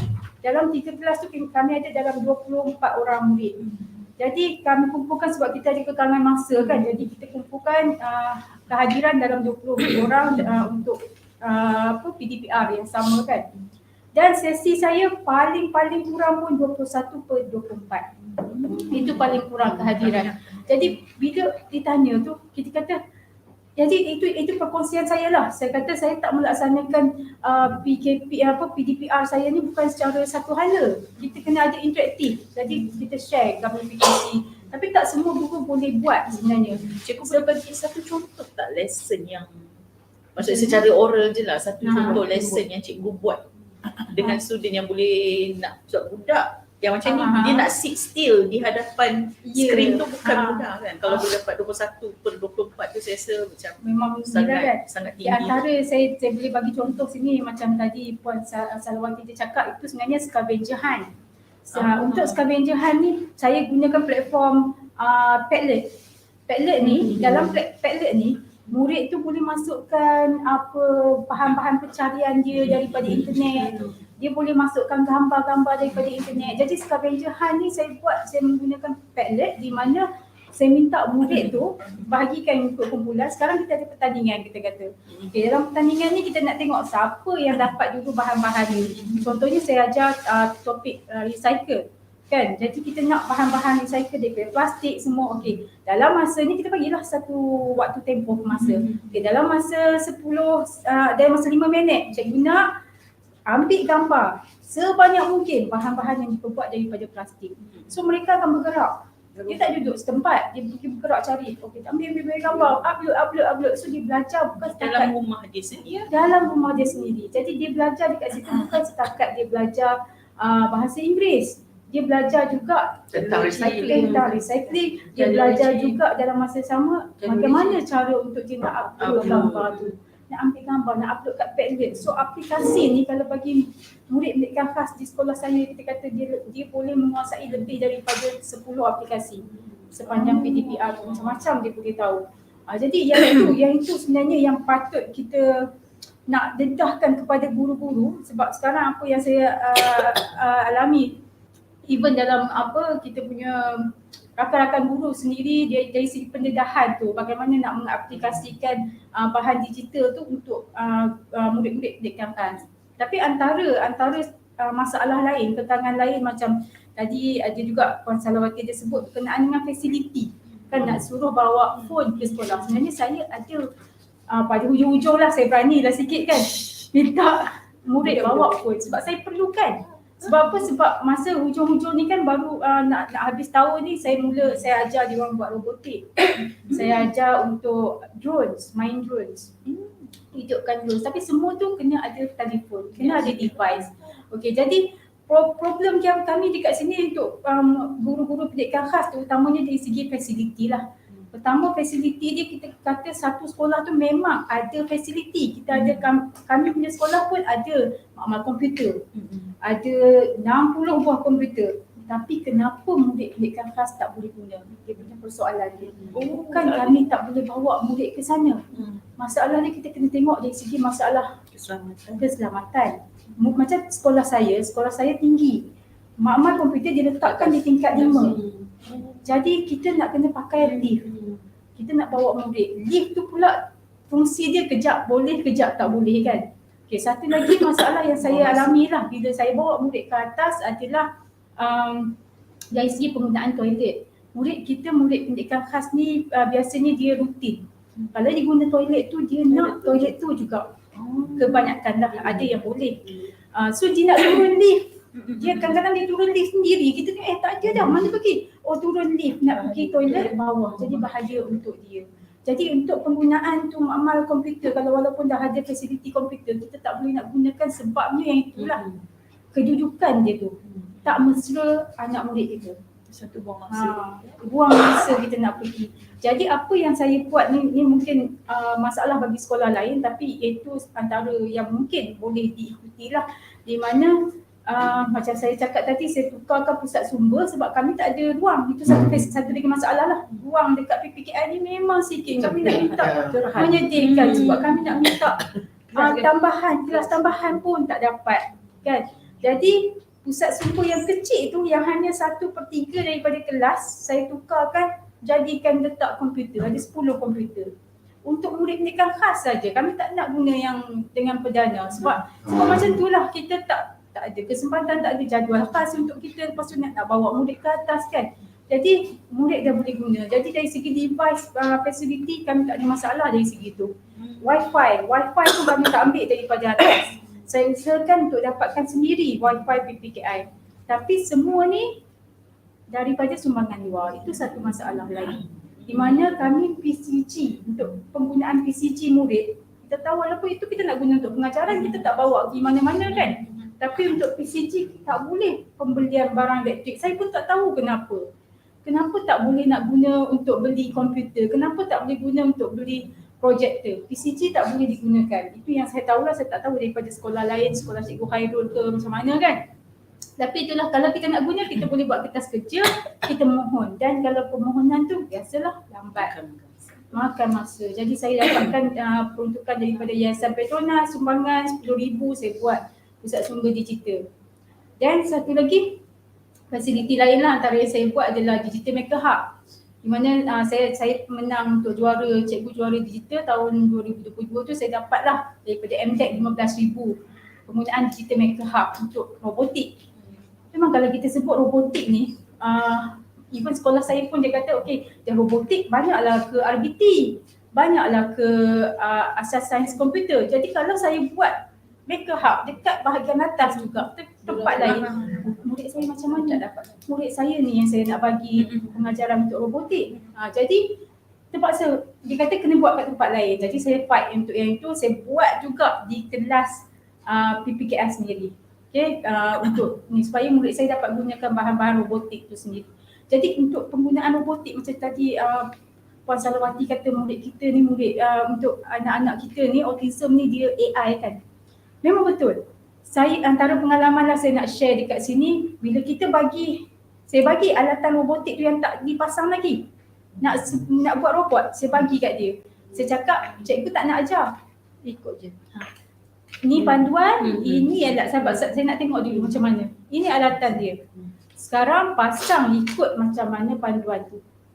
Kalau saya bagi yang tu pada anak saya juga dekat rumah yang memang normal. Okay. Tapi anak saya mengambil masa 1 jam untuk selesaikan benda tu. Tapi yang saya memang saya kata saya kagum dengan murid saya ni, dalam masa tak sampai setengah jam dia dapat siapkan satu robot yang dah siap lengkap. Malah boleh bergerak lah kita kata kalau kita coding dia kan. Itu tak belajar coding lagi, hanya nak buat robot saja. Macam tu juga dengan drone. Saya bagi drone kat dia, saya tak tahu nak gerakkan drone ni macam mana. Awak explore lah sendiri. Okey, tak apa cikgu, saya tengok. Saya bagi dia pun. Tiba-tiba drone dah bergerak. Saya kata, macam mana dia buat? Tanya dia. Saya explore kan, cikgu suruh saya explore. Itu kelebihan murid tu. Yang khas yang mana masalah kita sekarang, kita tak bagi pendedahan dekat murid. Yang khas ni untuk robotik, untuk penggunaan drone tu, barang-barang yang macam tu, semua kita tak bagi pendedahan. Murid kita tak didedahkan dengan teknologi. Itu problem. Terima kasih Cikgu Ainul. Penjelasan Cikgu Ainul berkenaan isu kita ni. So kita nak tahu sebenarnya can technology integrated in the teaching of ESL in special ed di sekolah-sekolah? Adakah ia sesuai? Adakah ia boleh diintegrasikan dalam PPKI di sekolah? So Cikgu Christina, is it possible to integrate technology when you teach English? Kita nak dengar dari orang Sarawak pula. Hi. So when we talk about technology, using technology in the classroom, first of all kita kena lihat demographic dia. Where is our location? So for my students, most of them we can use technology. So although maybe not to the extent of very advanced, tetapi dalam kelas tu satu perkara yang murid PPKI ni sebenarnya dia ada semangat suka bersaing sesama rakan dia. So one thing that we do is that sometimes we will have games, we'll play games. Of course using technology, using online technology. Kita gunakan websites yang boleh kita gunakan. Kita make it into a game for them. So dia rasa sangat seronok. So even sometimes kita ada aktiviti dalam pembelajaran. Guru-guru for example di sekolah saya, memang kami akan adakan slot untuk dia bermain.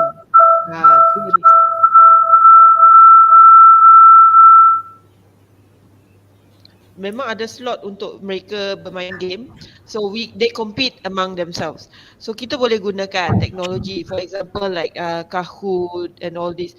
And one thing very interesting, I belum explore lagi, is that Minecraft. I find that because I have 2 nephews yang autistic, so one of them he likes to play Minecraft. So he will play Minecraft because he calls me mama. Say, mama, look at this, I made this. So saya tengok dia buat Minecraft. Dia akan I will ask him what is this, Max? And then he say, mama, this is hospital. So he created building, he created characters using Minecraft. And I find that is a very interesting thing to utilize in teaching as well. So kita boleh guna. So guru-guru kena explore, using these kinds of technology. But of course we have to revisit again. Again, it falls back to where is the location. What are the facilities available dekat tempat tu. So for example, kalau tempat tu rural area, one of the kekangan kita dulu semasa PDPR, semasa PKP kan, everyone was talking about doing online learning, all this and all that. Tapi for my students, dalam situasi mereka, most of them are from the B40 group. So between data and nasi is more important for them. So for us to expect them to use Google Meet, tak berbaloi. So one initiative that the teachers in my school did is that kita cari student yang kita tahu dia tak mampu untuk data tu, kita gunakan, kita sponsor dia punya data Weekly kita sponsor, guru-guru sponsor, PPM pun datang, Cikgu Chris, saya nak sponsor murid ni Cikgu Chris.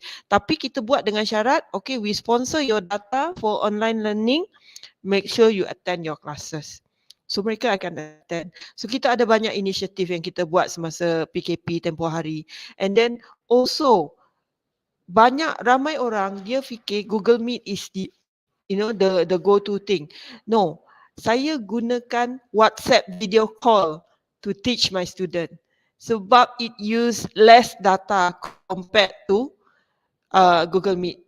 But of course you have to send materials for them first a day in advance. Okay, these are the materials that we are going to do for the classes tomorrow.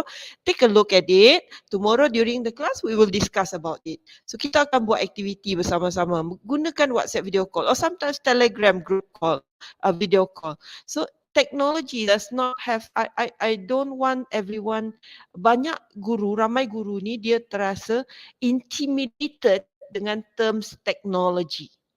Sedangkan teknologi ni is actually apa yang kita boleh guna untuk murid ni, membantu murid ni. So that is my viewpoint on this lah. Okay. Okay, thank you Cikgu Christina.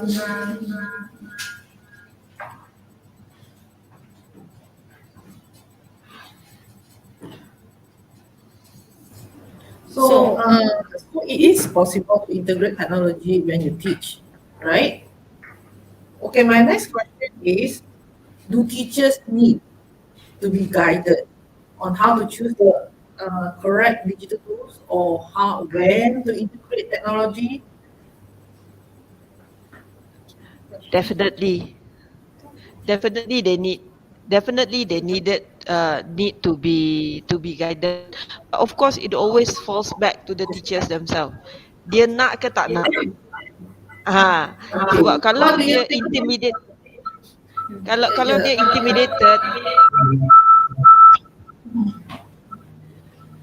so for example, if they are intimidated by the term technology itself, dia sendiri takut.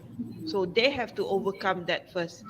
So kita tak boleh force them, just paksa dia. Just these teachers usually we slowly bawa dia, less intimidated, baru dia akan open. But for those teachers who are already open to the use of technology in teaching, you will find that they will hit the ground running. Okay, thank you Cikgu Chris. How about Cikgu Dr. Khairul Anwar? How about your school? Senario di sekolah cikgu pula. Adakah sesuai kita nak integrate teknologi masa-masa PDP? Okay. Untuk macam situasi di sekolah saya, dia lebih kepada, sebab kita lebih kepada subjek kemahiran di sekolah menengah. Tapi kalau kita nak integrate bahasa Inggeris dalam teknologi pembelajaran bahasa Inggeris dengan teknologi, dia memang satu perkara yang sangat baik. Sebab saya pernah tengok satu sekolah yang melaksanakan Minecraft macam Cikgu Chris cakap tadi tu. Dia memang berjaya membuktikan yang murid masalah pembelajaran dia memang dapat satu lonjakan yang sangat baik dalam semua mata pelajaran, bukan bahasa Inggeris saja, bukan aspek bahasa saja. Bila dia gunakan Minecraft, dia menarik minat murid itu sendiri. Tapi dia bergantung kepada cikgu lah. Sebab ada cikgu dia tak berminat, ada cikgu dia rasakan mungkin penggunaan TikTok, penggunaan video-video pendek yang dimasukkan dalam YouTube tu lebih berkesan. Tapi dia sebagai satu option. Maksudnya kat sini tak semestinya satu platform kita gunakan untuk integrate pembelajaran bahasa Inggeris ni. Tapi kita boleh tengok, kita tengok kemampuan guru tu sendiri. Okay, kemampuan guru tu sendiri dia lebih kepada kita buat dalam bentuk team. Okay, maksudnya mula-mula mungkin akan bermula dengan 1-2 orang guru. Kemudian bila kita dedahkan keperluan untuk cikgu-cikgu ni menguasai kemahiran-kemahiran teknologi supaya dapat mengajar dengan baik, supaya dapat jadikan dia sebagai bahan bantu untuk mengajar. Jadi dia akan sedikit sebanyak akan memberikan satu peluang pembelajaran dan juga satu platform untuk guru berhijrah daripada teknik-teknik yang konvensional yang kadang-kadang kita tengok ada juga cikgu yang hanya berpandukan buku teks dan lembaran kerja saja. Dia tak memanfaatkan benda-benda yang ada di sekeliling, terutamanya smartphone yang dia ada dalam kocek tu. Cuma untuk kalau di sekolah saya semua kelas ada smart TV, termasuklah sekali bengkel-bengkel semua. Jadi apa yang dilaksanakan di sini, kalau cikgu nak contohnya bagi pelajaran SKM pembuatan roti, untuk kita ulang beberapa kali dalam bentuk cakapan, memang kita akan penat lah. Cikgu akan letih untuk menerangkan kepada murid. Jadi kalau kita dapat compare apa yang skill-skill, step-step apa yang perlu murid buat tu, menggunakan dikendalikan oleh guru yang mahir dengan penggunaan teknologi, yang dia boleh buat sambung terus daripada phone kepada smart TV, dia akan lebih memudahkan. Dan juga cikgu pun boleh variety dia punya teknik-teknik penyampaian tu. Jadi saya memang memandang ni sebagai salah satu option yang sangat baik lah. Maksudnya kita integratekan. Pada saya lah, tak nak cikgu kalau nak berubah, nak dapatkan teknik pengajaran yang murid suka, dia kena ikut perkembangan semasa. Doktor, macam doktor sebut tadi, penggunaan smartphone, adakah pelajar dibenarkan untuk membawa smartphone ke sekolah? Contohnya kalau saya nak buat gamification kan di dalam kelas, nak gunakan, pelajar mungkin tak pergi lab ke apa kan, so dia nak gunakan smartphone sebab we do live. So macam mana kita nak buat, adakah pelajar dibenarkan membawa gadget apa-apa untuk ke sekolah? Untuk sekolah saya memang dibenarkan. Memang kita benarkan, tapi kena ikut prosedur lah. Maksudnya ada surat daripada sekolah nyatakan yang bagaimana telefon dikendalikan di sekolah. Maksudnya bila dia sampai sekolah, phone akan dimasukkan dulu ke dalam kotak khas. Bila sampai mata pelajaran yang akan gunakan phone, baru mereka akan dibagi semula phone tu untuk dia gunakan. Memang kita tak pernah kata tak. Kalau di SMK Taman Universiti 2, kita memang ada subjek-subjek tertentu, terutamanya subjek kemahiran, memang pelajar akan bawa phone. Sebab dia perlu record, dia perlu buat short video untuk dipraktis dekat rumah. Kalau dia tak record apa yang cikgu buat, memang susah. Kalau berpandukan kepada, katalah dia nak buat proses rounding, nak buat rounding roti tu. Kalau dia tak tengok, tak rakam cara cikgu dia buat dan cara dia buat, macam mana dia nak praktis balik kat rumah? Kalau dia tengok di YouTube memang banyak, tapi dia tak faham. Mungkin stepnya berbeza, mungkin biasalah kalau murid khas ni kalau tengok cikgu dah berbeza, dia akan automatik dah rasa benda tu susah. Doktor rasa cikgu perlu ke untuk mendapatkan satu guideline, panduan untuk dia menggunakan teknologi di dalam kelas masa mengajar? Sebab sebab kita berbincang dengan beberapa orang guru, dan guru-guru tersebut menyatakan bahawa that teachers do not know how to use the correct tool when they teach. So apa pendapat doktor? Kalau nak guna the correct tools, first sekali cikgu tu kena dia macam ni. Kalau pelaksanaan dekat sekolah, kalau kita nak melaksanakan satu perubahan tu, kita kena dapat kelulusan daripada pentadbir dulu. Maksudnya ada hitam putihnya. Bagaimana katalah cikgu tu nak minta murid tu bawa phone untuk setiap hari Selasa, hari Rabu dan Selasa dan hari Rabu.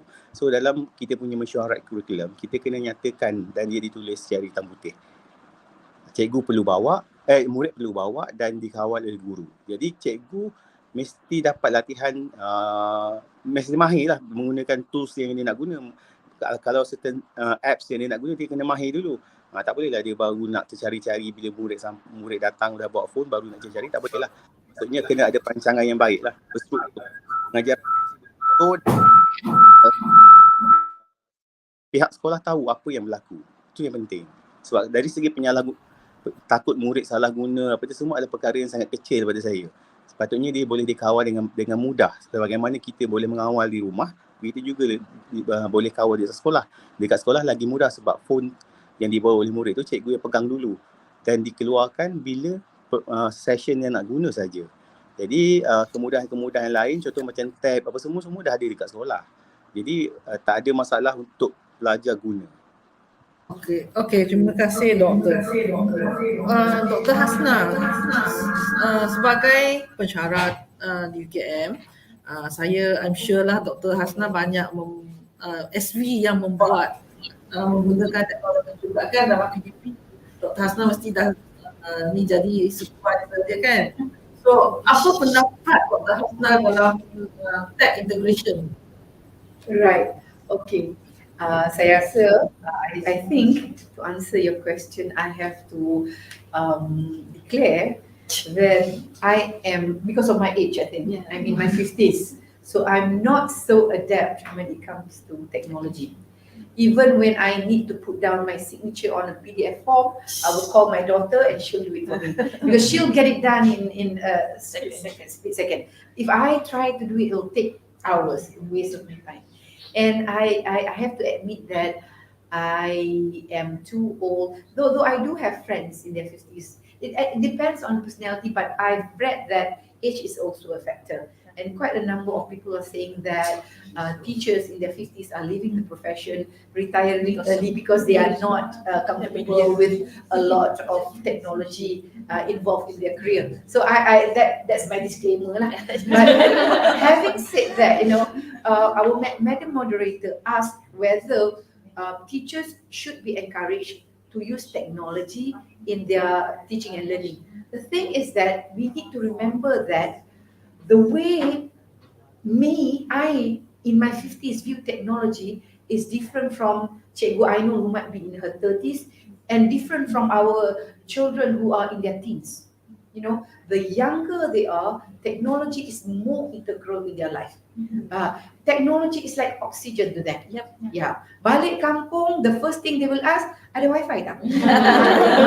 So it's different. When we were growing up, we never addicted to internet and all that. So if in school we don't integrate technology in our activities, we are actually we left behind. And I also a student of mine, she's teaching teenagers with learning disabilities, and we were talking about the employability, and she told me that majority of her students after leaving schools are now becoming Grab food riders. So I asked her, how can they fulfill the orders when they are not able to read?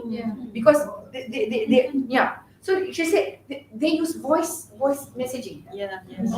Right. So with technology, they could get a job.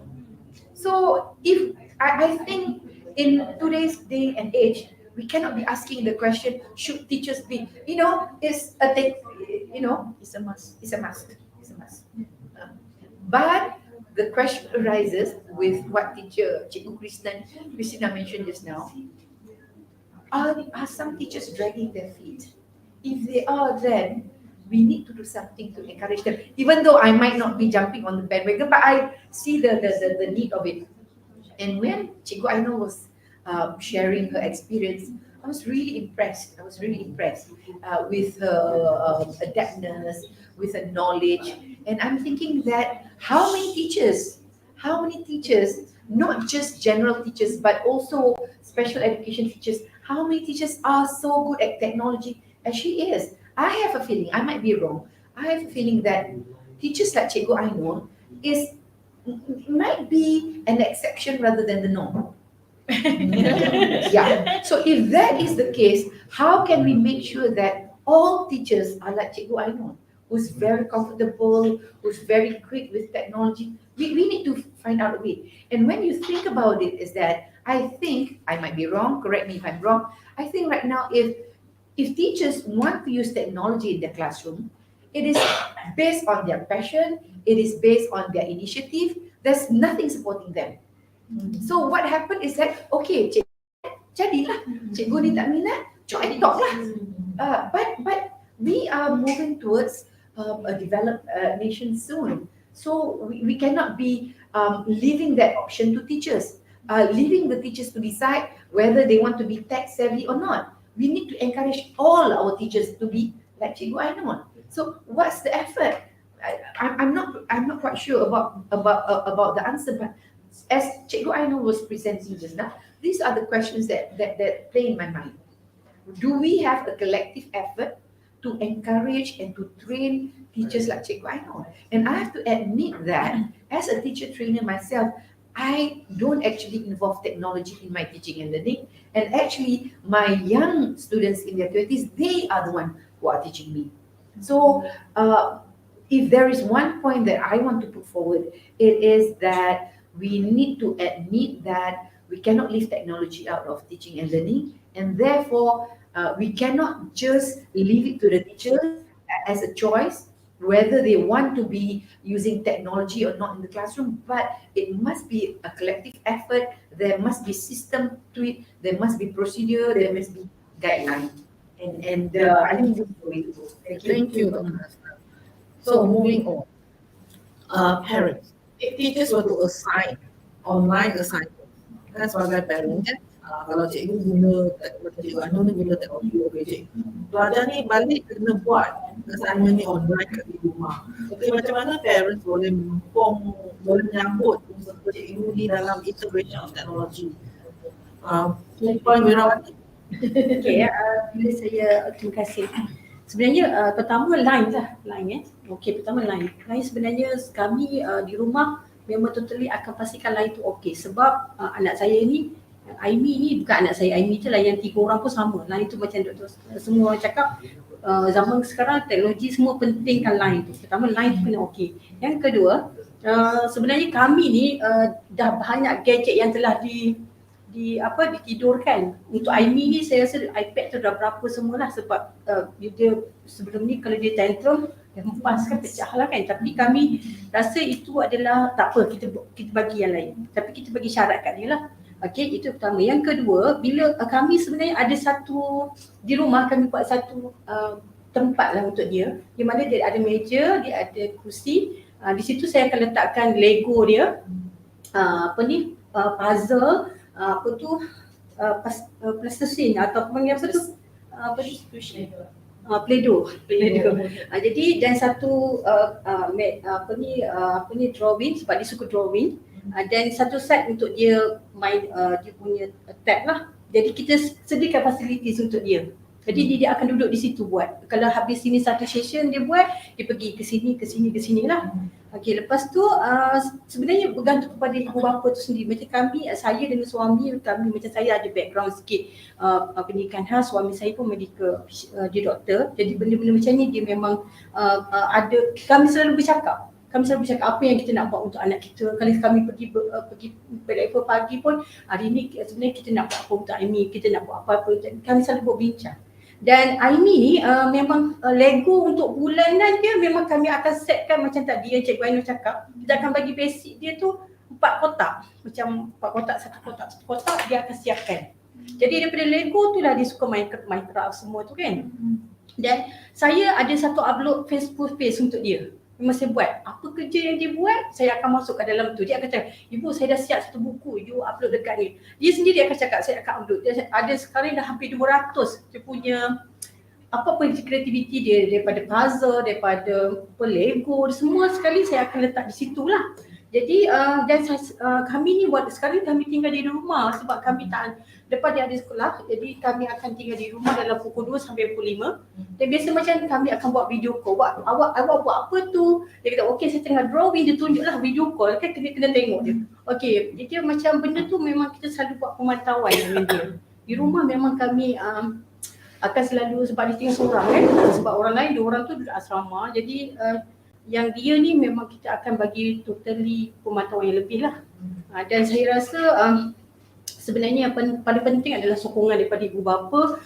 Macam tadi pada Cikgu Ainul cakap, kalau lah saya dapat, saya beri sokongan, dapat pula Cikgu Ainul, saya rasa insyaAllah lah anak saya insyaAllah okey lah, tukar sekolah. Itu saja, terima kasih. Puan Sarawati, apa pendapat Puan? Okey, saya memang akan bagi 100% lah, biasalah kan mak bapak pun. Okey, yang saya nak bagi, yang saya setujulah, cuma saya nak bagi lain sikit. Okey, tadi saya dengar mungkin kita pergi kepada pembelajaran bahasa Inggeris integrated dengan teknologi. Ini saya nak lebih sikit supaya dia dapat spell eja. Okay, sebelum ni mungkin kita lebih kepada communication, bercakap pun semua kan. Ini lebih kepada spelling. Cadangan saya, yang pun saya rasa saya buat lah kan. Okay, kita buat group WhatsApp dengan dia je. And then kita WhatsApp dia, kita nak ajar dia mengeja. Kita padam yang spelling dekat handphone ni supaya dia tak boleh just tekan kan ejaan tu. So dekat situ dia belajar spelling. Dia belajar buat ayat, dia belajar tu satu. And then bila kita tengok dia dah okey, kita cuba carikan dia, macam kita ada pempol kan. Ini kita cuba carikan dia kawan dari luar negara yang mana dia dapat communicate. Dia duk tanya lagi kita, Mama how to spell this? Mama how to spell it? What? I am communicate with my friend. Faster. Tapi kita kena pantau lah because overseas ni kadang-kadang dia macam sikit kan. Kadang kan bad word semua apa semua kan. Mama, I need your spelling. Because dia malu kalau dia spell salah dekat sana. So itu lebih advance sikit kalau kita nak ajar dia buat ayat, spelling, everything lah. Okay, so that's all from me and thank you very much. Saya rasa itu yang saya nak kongsi lah pada hari ini. Terima kasih Mas Halawati. Dia boleh WhatsApp Mama Friend ni. Okey, Cikgu Ainul ada Cikgu Ainul nak tambah? Okey, berkenaan dengan device tadi sebenarnya untuk makluman semua lah sebab ini adalah program yang di bawah PPM dan sedang dilaksanakan. Saya dapat makluman daripada Sektor Sumber Teknologi Pendidikan sendirilah. Sebenarnya kita ada satu program yang Bring Your Own Device to School atau BYODS, kita panggil BYODS sajalah, yang memang sedang dilaksanakan oleh BSTP KPM, di mana sekarang ni pelaksanaan dia yang saya tahu daripada PPD Keramat lah. PPD Keramat KL, mereka dah laksanakan Bring Your Own Device to School, maksudnya membenarkan murid untuk bawa device ke sekolah. Tapi secara berperingkat, pelaksanaan ini secara berperingkat. Jadi saya pun nak maklumkan lebih lanjut tu, memang kita tak dapat lagi lah info yang lebih. Tapi yang saya dimaklumkan setakat ni katanya device selain daripada phone. Tapi mungkin mereka sedang usahakan, sebab kalau kata device selain daripada phone, kita dah ada tablet kan dekat sekolah kan, diberi tablet, dah laptop pun dah ada. Tapi kalau boleh di bawah phone tu memang lagi bagus lah. Itu yang saya nak tambah berkenaan dengan device tu lah. Okey, Puan Sabrina sebagai trainer lah kan? Okey, bila training in service cikgu teachers ni, adakah training diberi? Sebab content wise I think they know. Adakah training diberi dari segi pedagogy wise, technology wise, untuk guru-guru mengaplikasikan teknologi masa PDP dia? Okey, terima kasih Madam Moderator. Sebenarnya ada, kita bergerak seiring dengan masa. Dan teknologi itu adalah satu daripada yang kita buat dengan guru. Okay.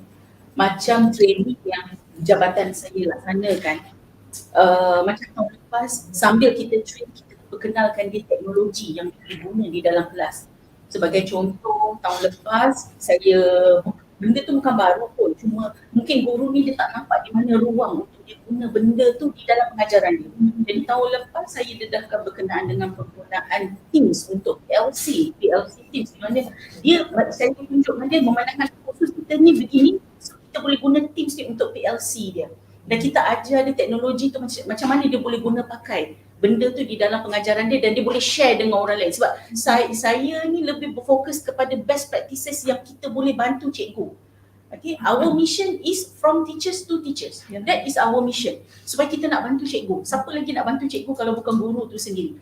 So jadi memang ada, tapi kita tidak mengajar teknologi tu secara sebagai satu modul yang kita ajar teknologi, tidak. Kita embed di dalam kita punya training. Dan ada juga benda-benda lain yang kita masukkan di dalam training kita. Tapi itu bila kita bercakap tentang guru mainstream. Okay. Untuk guru-guru yang special needs macam ni, yang dengan cadangan-cadangan dan juga perbincangan kita, selain daripada repository, saya melihat satu, mungkin kita nak membangkitkan motivasi guru lah. Sebab mungkin cikgu di pendidikan khas ni, dia rasa mereka ni terpinggir. Kadang dia bukan tak ada motivasi. Dia bermotivasi, bila dia masuk tu dia rasa macam dia nak boleh, alah sini senang sikit mengajar. Walaupun dia ada itu first intention dia, kenapa tidak kita ubah intention itu kepada sesuatu yang lebih baik? Kan, why don't we change that perception? Kenapa dia dah duduk kat situ? Ya, tak nak, dia dah ada duduk situ. Tapi kenapa kita tak motivate cikgu kita untuk buat? So jadi saya melihat benda macam kita acknowledge cikgu kita. Satu lagi yang saya ingin cadangkan adalah macam mana convention yang dibuat untuk guru-guru mainstream. Sebagai contoh, baru-baru ni kita ada daripada JPN Sabah, kalau tak silap saya, dia buat convention pembelajaran digital. Ya, convention Microsoft, berkenaan dengan Microsoft saja. Dan saya rasa benda tu menarik minat. Setiap kali saya masuk di dalam YouTube tu boleh tengok memang thousands views. Dan cikgu-cikgu ni berminat sebab dia daripada teachers to teachers. This reality fact, apa yang dia guna, Apple TV dia buat macam mana, dia guna macam mana, benda yang berkaitan dengan ni lah, Microsoft dia buat macam mana. Best practices. Dan saya melihat sebagai ini adalah satu motivasi untuk guru di dalam bidang pendidikan khas ni. Kita nak bagi tahu dengan dia, cikgu pendidikan khas pun kita peduli. Let us do this together. Bagi idea kan, cikgu jom. So jadi it's a stepping stone sebelum dia rasa macam, supaya dia tak rasa macam dia terlalu complacent sangat, dia tak perlu buat apa-apa, buat je apa yang ada. Dia tak rasa macam tu. Dan kita nak dia datang bersama dengan kita supaya dia tidak rasa terpinggir. So jadi itulah saya ingin membawa dua solusi ni lah. Bila saya cakap, saya lebih suka melihat kepada solusi sebab ramai orang boleh cakap challenges, tapi tak ramai orang yang boleh melihat pada solusi. So jadi satu solusi tadi repository yang kita rasa kita boleh reach, solusi yang kita boleh reach. Yang kedua, saya nak macam kita membuat satu convention kecil seperti close discussion kita ni, satu convention yang kecil yang cikgu-cikgu walaupun ada hanya 3-4 orang guru, macam cikgu Ainul, saya rasa kalau saya bagi dia 3 hari 3 malam untuk bercerita di dalam convention tu, satu hari pun dia boleh dedahkan 4 teknologi untuk dia guna. Why not we start from there, kan? Dan jadi kita motivate the teachers, kita bagi dekat kawan-kawan kita, kau tengok ni, guru PKPI tak dipinggirkan, ada orang concern pasal kita, walaupun bukan directly under KPM, tapi ada orang concern pasal kita. So all these are about collaborative effort, as what Dr. Hasna said, it's collaborative effort. So this is what I want to say. Of course in training we embed it, all this technology, of course, but how we motivate teachers, again with the issues yang macam Cikgu Khairul cakap tadi, ya, Cikgu Krisna cakap, bila cakap dengan teknologi, ada orang yang gerun, ada orang yang suka tapi tak tahu, ada orang yang tak tahu nak belajar, ada orang yang tahu tak nak buat apa-apa. So dia banyak level kan. So jadi why don't we start from somewhere, and this is what I would like to suggest. Okay, terima kasih Puan Sabrina. Okay, kita ingin tahu juga apa yang Melta Negeri Sembilan chapter planning to do with the discussion. So let's hear from our leader, Dr. Zubaida.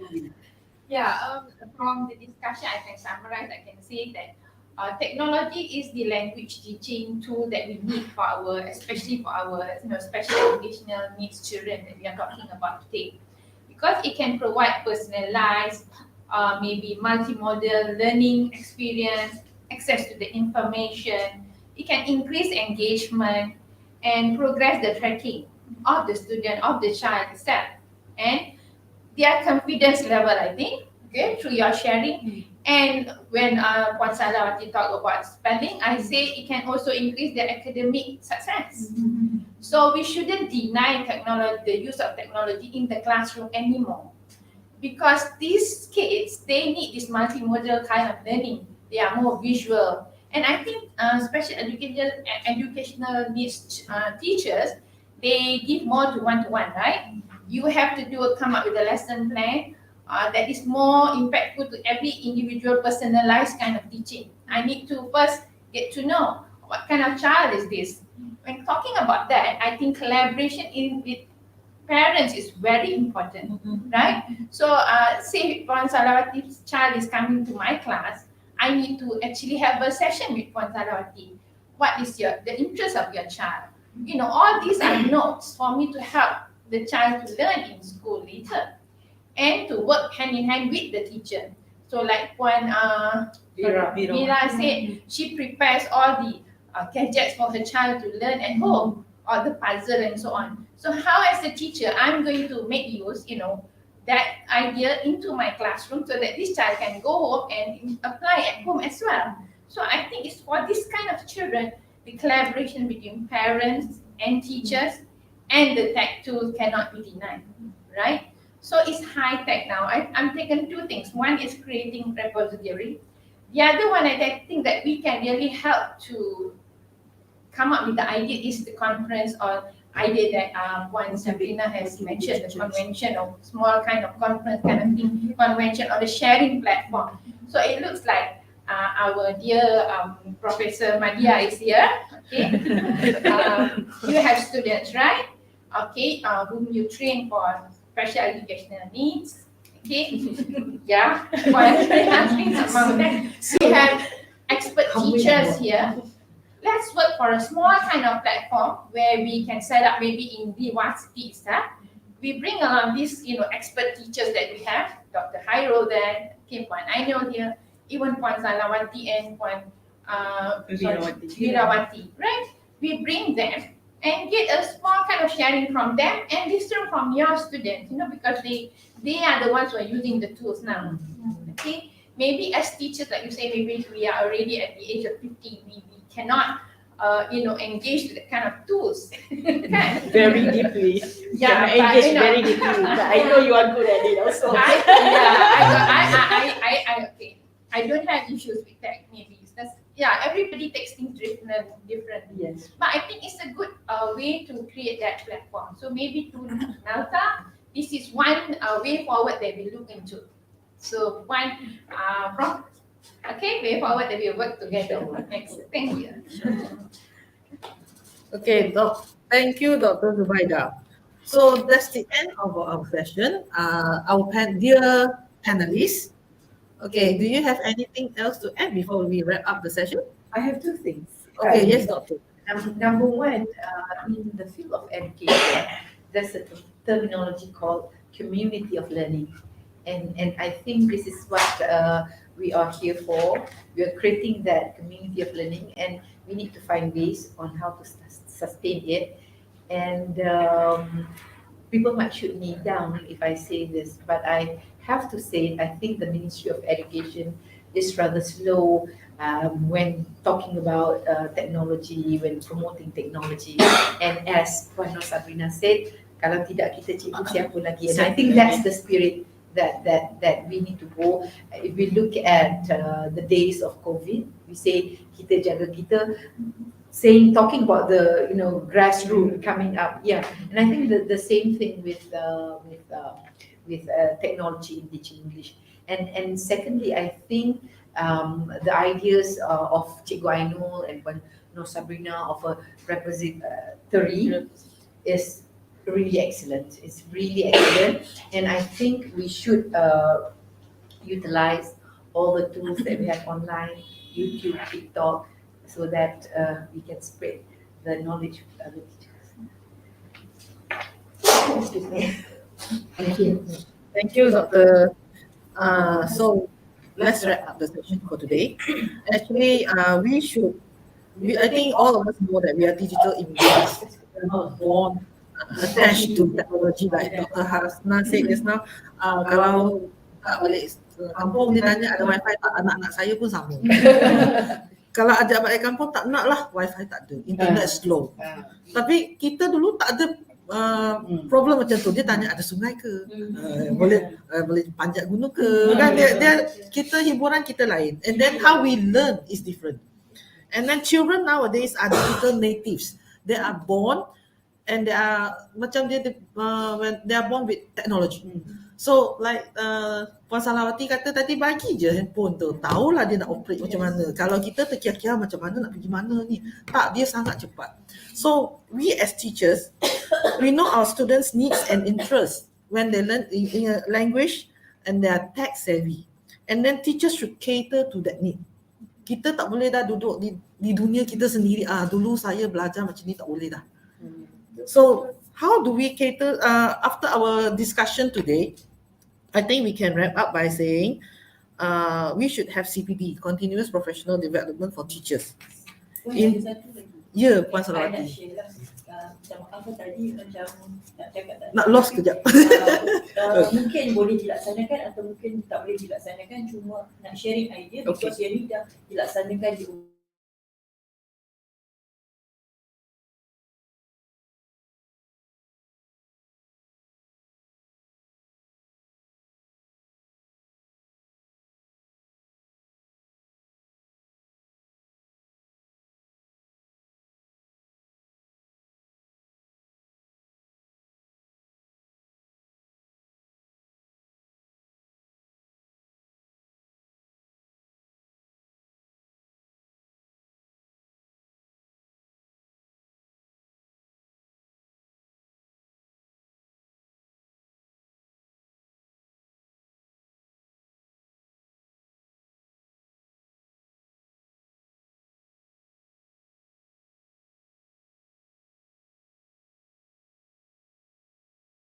Okey, terima kasih Pak Salawati. Sebenarnya sarana ibu bapa ni terpulang pada sekolah dan school support, parent support. Ada sekolah yang memang menjalankan sebab sekolah anak saya dulu pernah buat, parents dijemput untuk bersama-sama mengajar di dalam kelas. We had fun lah. Tapi lepas tu program tu tak dijalankan lagi. Sebenarnya sebagai seorang parent, saya mengalu-alukan sekolah menjemput untuk aktiviti seperti ini, especially now kan, if they can invite parents who can share various expertise. Various expertise. Sebab parents ni kita tahu kerja dia macam-macam, so they have so many things to share. It's good if they can invite, and then for CPD for teachers, seperti kata doktor lah, kita sebenarnya bukan nak condemn mana-mana pihak, tapi saya rasa kekurangan CPD untuk guru-guru pendidikan khas ni, especially for non-options. Kalau optionist, dia mungkin boleh dapat from aliran perdana kan, tapi non-option ni memang susah dia nak dapat training. Untuk kita integrate teknologi dalam kelas, kita cikgu perlukan TPED, Technology, Pedagogy and Content Knowledge. Content knowledge, I think teacher can learn. Baca di SKP ke buku teks, you can learn. Pedagogy pun pengalaman guru. Tapi technology knowledge ni kita memang perlu pendedahan, and we need khusus bengkel. Kalau online saja saya rasa susah kita nak train cikgu. Walaupun people will say teknologi online je. No, you need to see them face to face, sebab kalau ada masalah kita perlu bertanya. So Fesi boleh datang dan tunjuk pada kita. Kalau online kadang-kadang masalah line, kadang-kadang masalah gadget, and then Fesi pun tak boleh nak tunjuk kat kita. So I think CPD is very important. And number 2, repository and online resources for both teachers, students and even parents. Sebab repository ni, as stated just now, is free. Anyone can contribute, tapi kita perlu, saya rasa perlu ada vetting lah, untuk ada penapisan lah, sebab kita tak nak lah they upload whatever they want kan. Kadang-kadang mungkin tak sesuai kontennya, ataupun terlalu panjang ke, tak berkenaan dengan kurikulum kita ke. And then one more, module for both teachers and students. Okay, module for teachers in terms of guiding teachers to produce teaching materials yang sesuai. And then a guide for teachers to apply different digital tools correctly.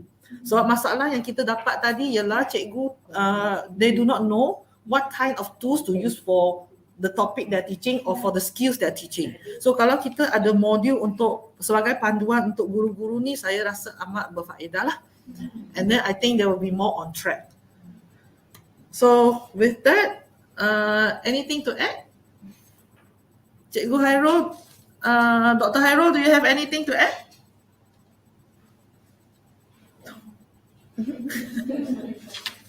Okay. Our session has concluded. Okay, we really value your participations. Your opinions are very significant to us, sangat penting dan sangat bermanfaat lah bagi pihak kami. Sebenarnya kami ada jemput Dr. Mazli untuk kami bincang bersama, so that these issues could be brought up. Kan dia akan boleh membangkitkanlah isu ni di KPM. Tapi beliau tidak dapat bersama kami sebab ada emergency. So he has something on. Maybe we'll meet him another day lah untuk kita sampaikan intipati perbincangan. Thank you everyone. Thank you Dr. Hairul Anwar for your time. Okay, have a nice day. Cikgu Christina, thank you. She did. Okay, thank you.